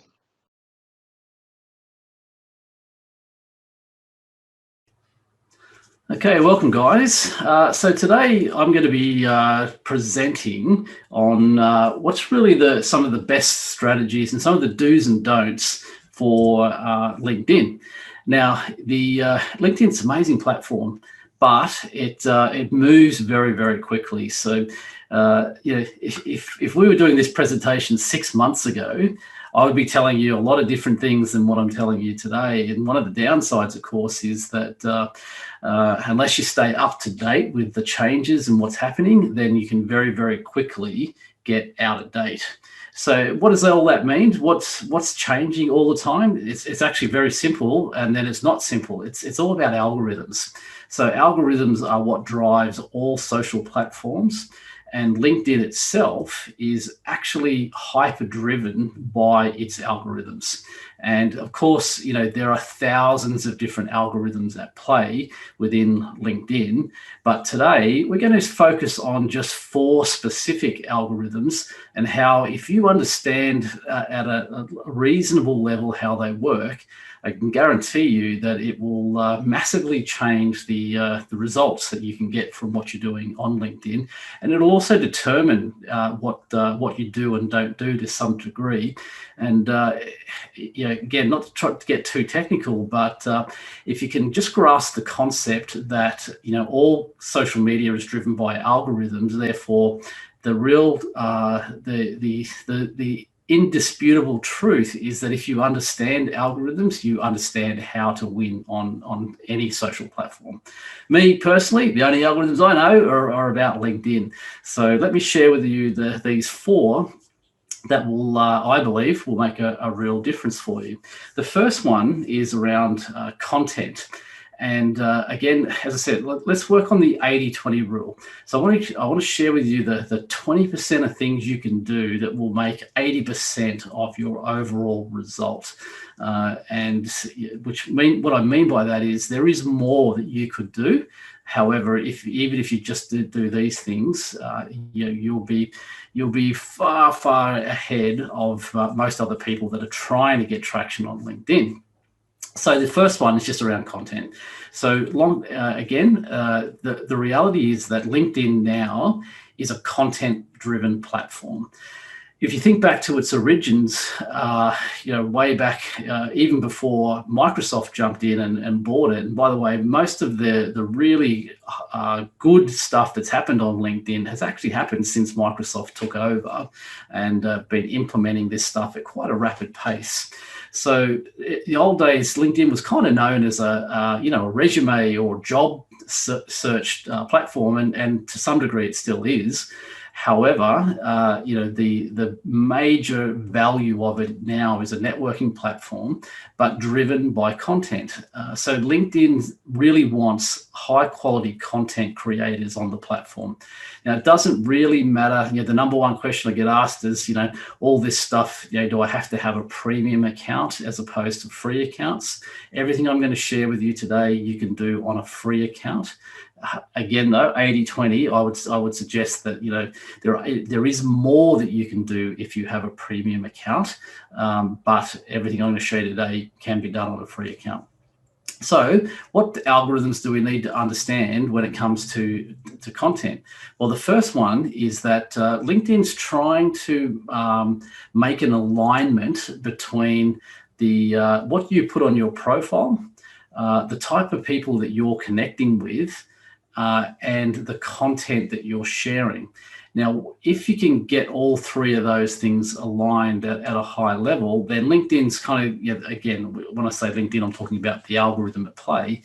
The algorithm goes, right, so I understand exactly who we should be showing this content to, and I know exactly what content you're usually talking about. Therefore, that's really valuable to us. So let's show this content to more of those right type of people. So that's what when they talk about viral content, you don't need content that gets hundreds of thousands of views. I mean, it's lovely, of course, when that happens. But the reality, if you can consistently get thousands of people seeing your content every time you share it, then you'll win the game, in the long term.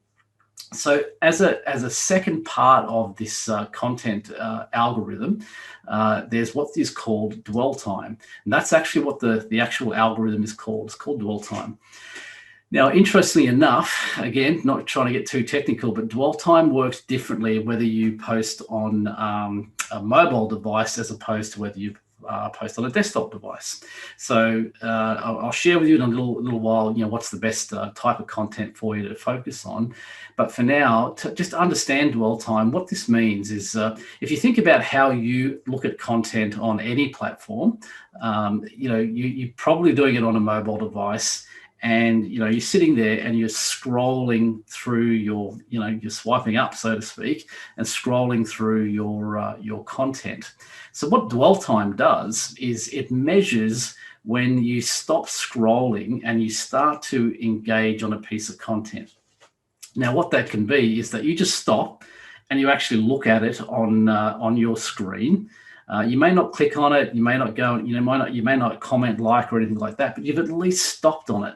So that activates the first level of dwell time. So LinkedIn knows that you've got some degree of interest, at least, in that particular piece of content.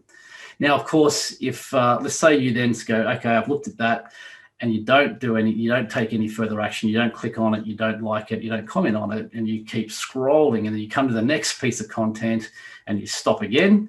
Now you look at it and you go, okay, this does look interesting. And you'll notice that when you look at content, as a general rule, it's truncated. So what that means is you can't see all of the post. You can only probably see the first 2 or 3 lines. And then there's a thing like see more. So the point is that number one rule is those 3 lines are super important, because obviously you've got to capture attention in those first 3 lines to the point where what you want to happen is for someone to click the see more. Now, dwell time level 2 kicks in now, because it says, okay, Adam's stopped on this piece of content. He clearly is interested in it. He's clicked see more. He's now reading it. Now, interestingly, as you may or may not be aware, all posts on LinkedIn are hard limited to 1,300 characters. Everything on LinkedIn works in character counts, not word counts. But as a ballpark, 1,300 characters of text is 200, 220 words, somewhere in that range.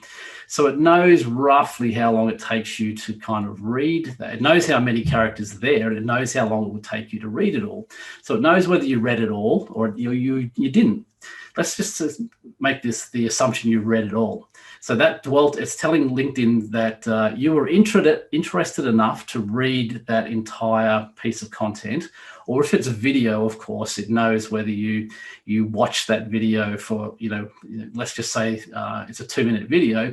It knows whether you clicked on it and then clicked off it, or that you clicked on it and you watched the whole 2 minutes, or you watched 30 seconds or whatever.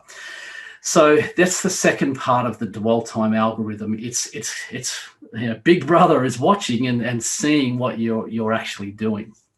So as a content creator, clearly, hopefully what you're taking away from this is you've got to create really compelling content. So, just sharing a link to a blog article you wrote 2 years ago because it's content, or, something that you did on the weekend or whatever. Remember, LinkedIn really is a professional platform.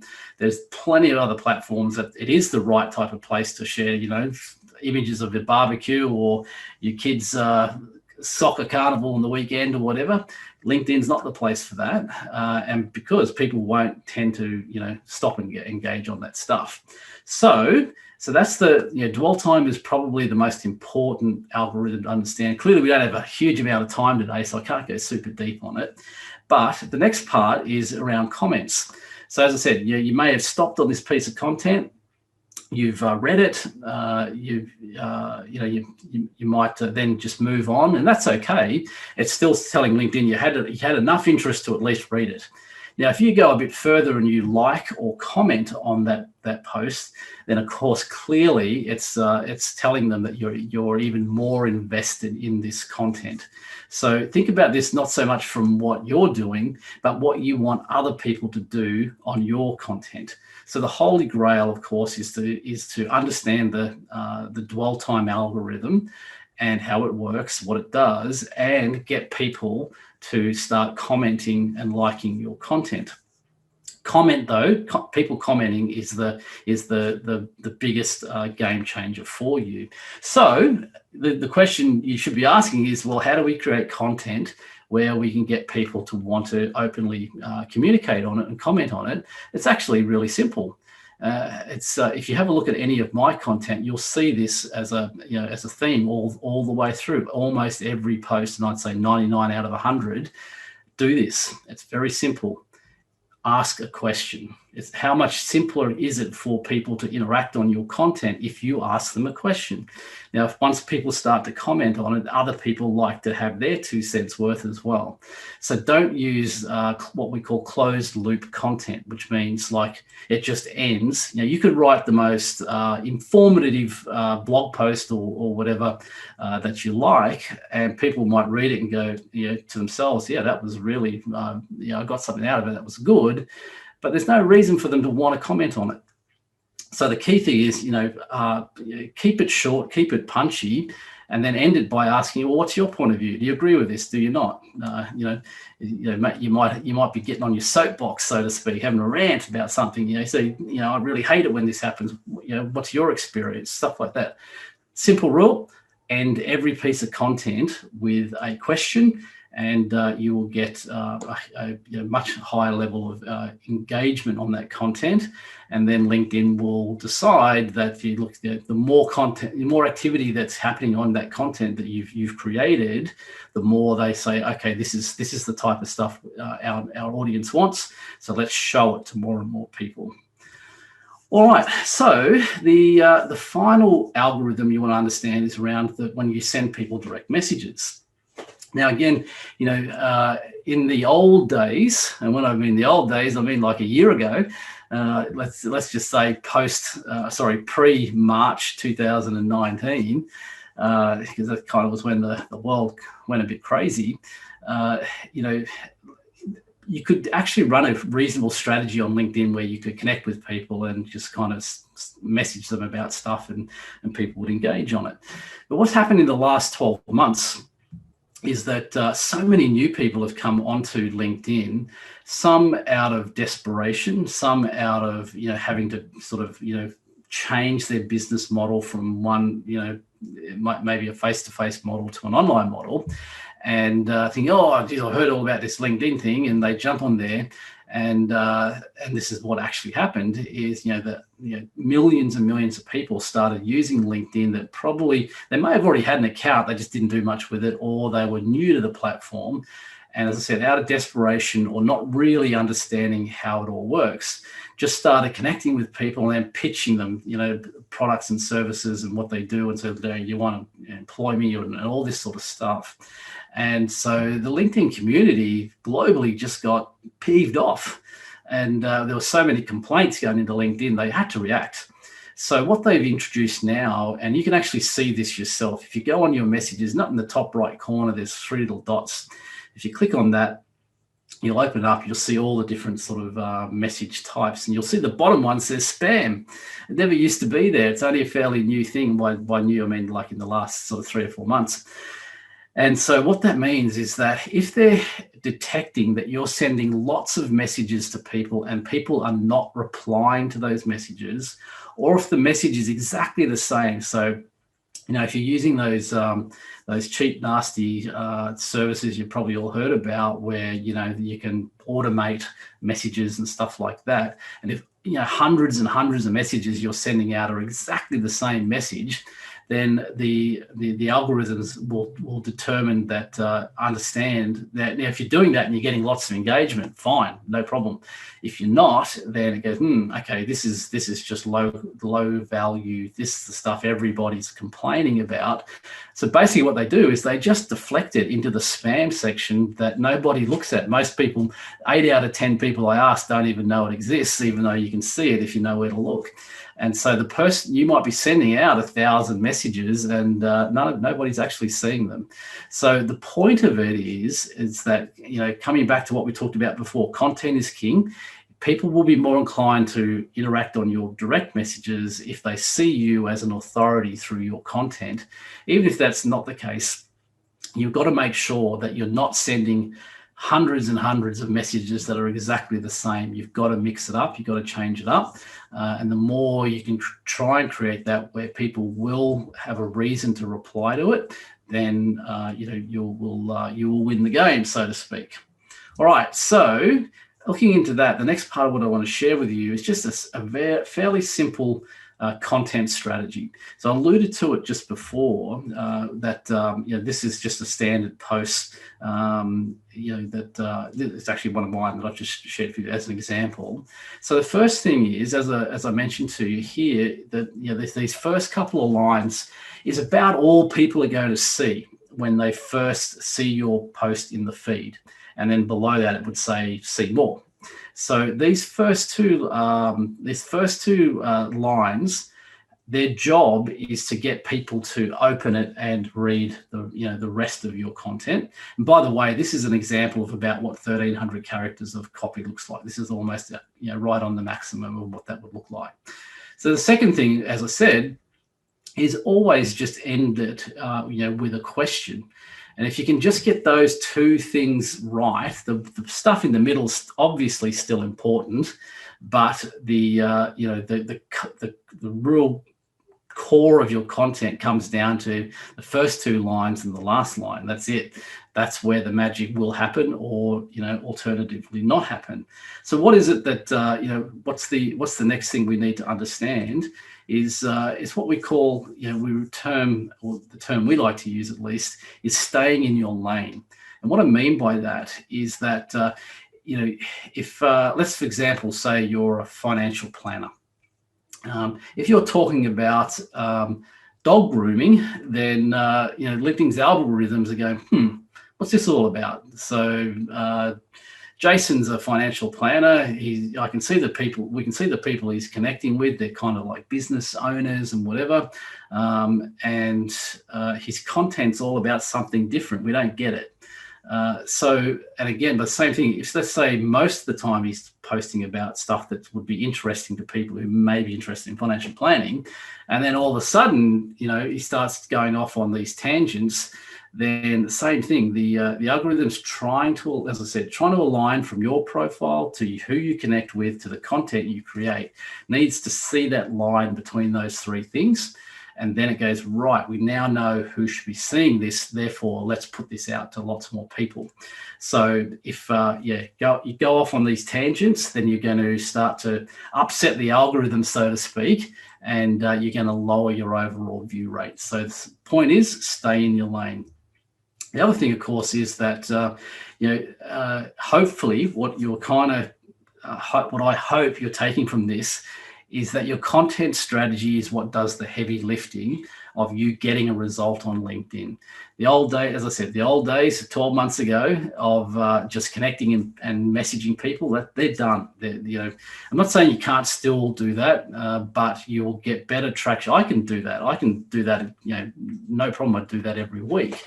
But I get a high level of interaction from people on the messages I send them and things, because one, I'm never sending a sales pitch about anything. I'm keeping it high value, and I'm keeping it very much in my lane of what I always talk about, which is for me is somewhat. You would think that you'd say, oh, it's easy for you because you're talking about LinkedIn on LinkedIn. Funnily enough, actually LinkedIn don't like that a great deal. They actually give favoritism to anyone but people who shares content about LinkedIn. But let's not go there. So what is the content you should be focusing on? Again, the 80-20 rule of what's going to get you the biggest traction for your effort is number one is obviously video. LinkedIn loves video content.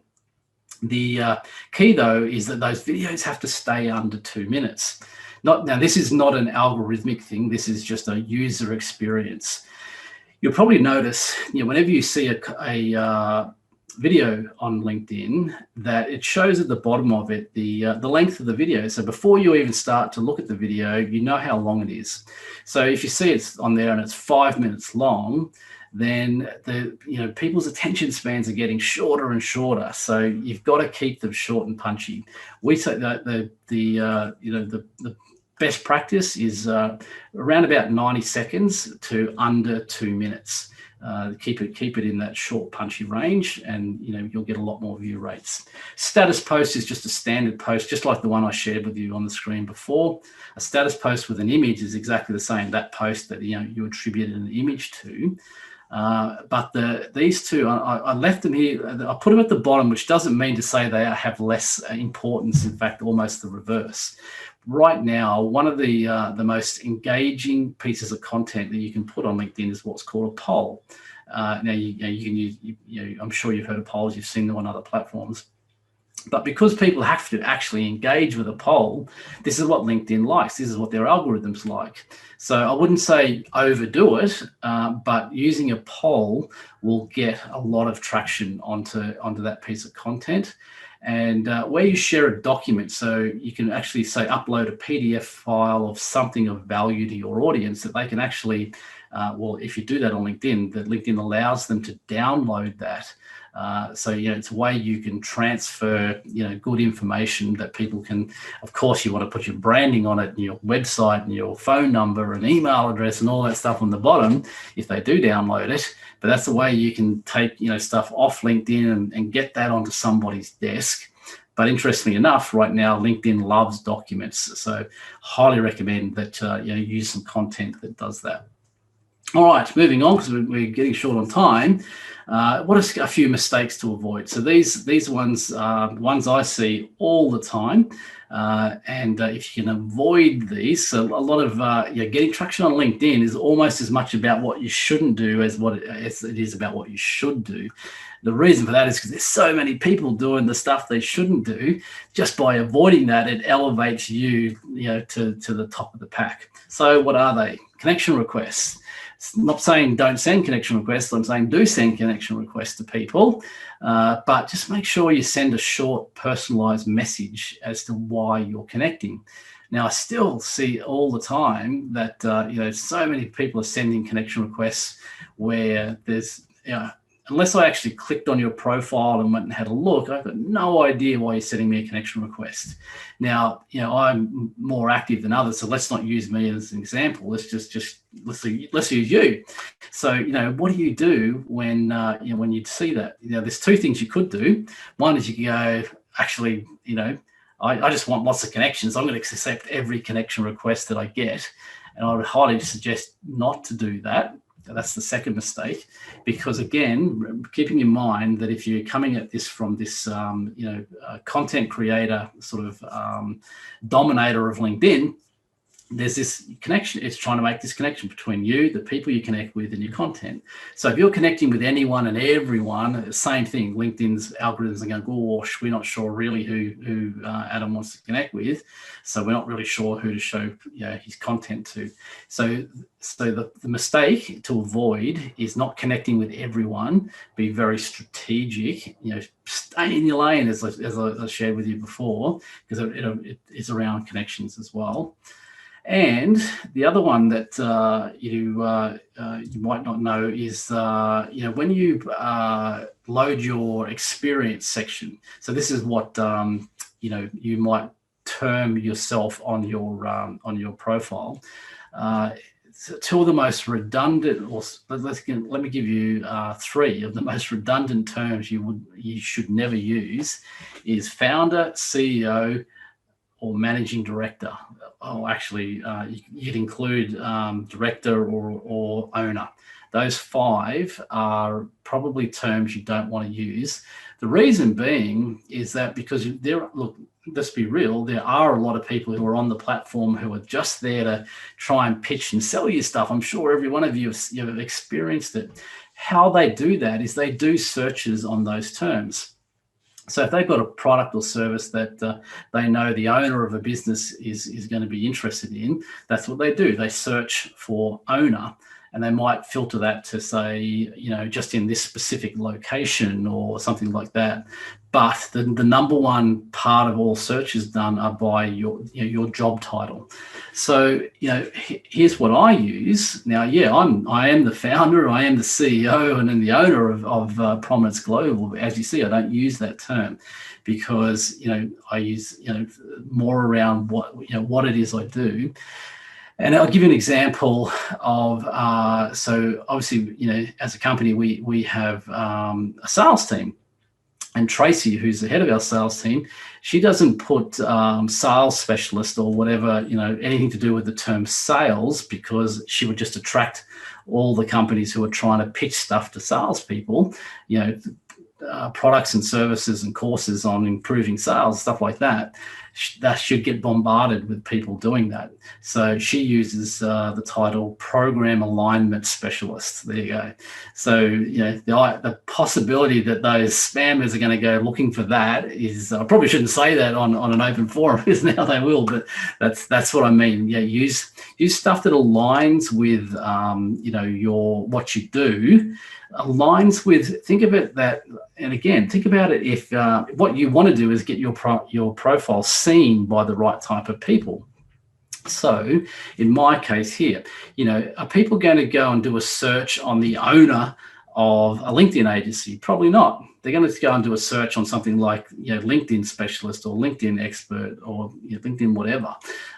So I'm more likely to come up in a search if I use those sort of terms. So think about how you do your position description relative to the type of searches your clients would use, as opposed to the type of services that let's just call it spammer would use, if that makes sense.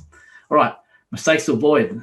Probably this is not worded well. I'd say, the mistake to avoid is have a company page. It's not. The mistake to avoid is to not have a company page. Again, if we were having this conversation 1 year ago, I would have been telling you the absolute reverse. I would have said, look, for a small to medium-sized business, a Facebook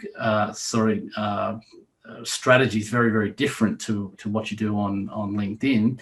And back then, we all had company pages and whatever on Facebook, and we never did it on LinkedIn, and rightly so, because there was no real value in them in LinkedIn. Now there's a huge amount of value in them. Again, haven't got enough time to really go deep on why that is, but just for now, trust me, you should definitely have a company page. The other one is around, the conversations. As I said, the LinkedIn now no longer really likes you, pitching out all these messages, trying to sell and pitch people on LinkedIn. So what I mean by that is you want to create a situation where you can move the conversation off LinkedIn. So again, if you looked at all of my content, almost you'd hardly ever find a post where I'm pitching or promoting what we, as Prominence Global do.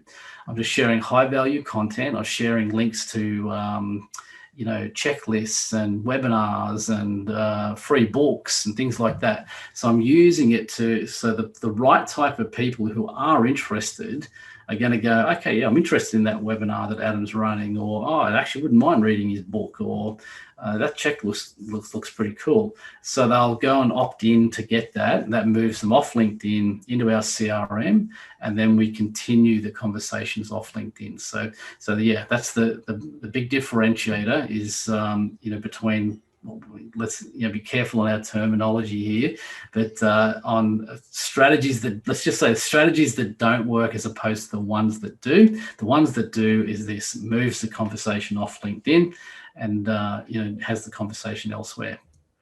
And the final thing I'd really like to share with you today is the type of response you never want to send to people. I'm sure, again, you've had something like this where you might have sent someone a connection request even.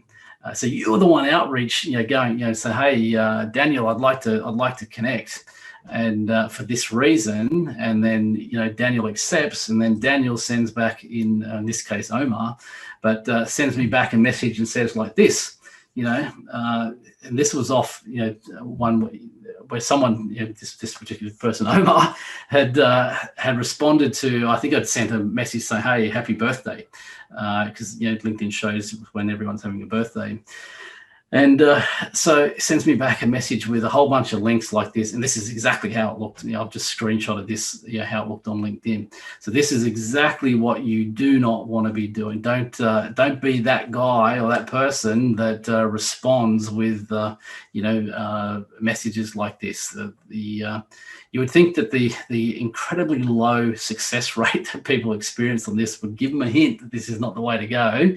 However, unfortunately, that's not the case. So just what I could say is, don't be that person that does that. All right, guys, I know that was short, fast, punchy. As I said, I was trying to get you the 80-20. What's the 20% of stuff that will get you 80% of the result? Hopefully that was helpful. And of course, if you have any other questions or whatever, by all means, the guys at ValoFest will share with you how to get in contact, and I'll be more than happy to help you with that if we can. Cheers.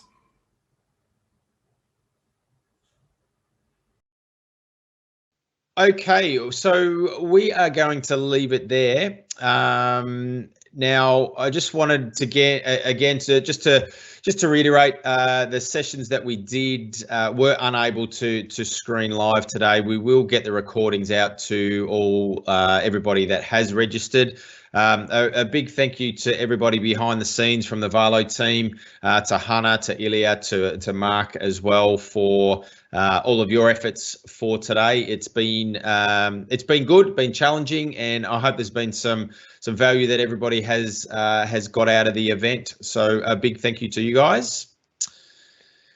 Yeah, good work. Good work. And that being said, we will end the day. Thank you very much, everybody. And if you do have any questions, feel free to reach out to us.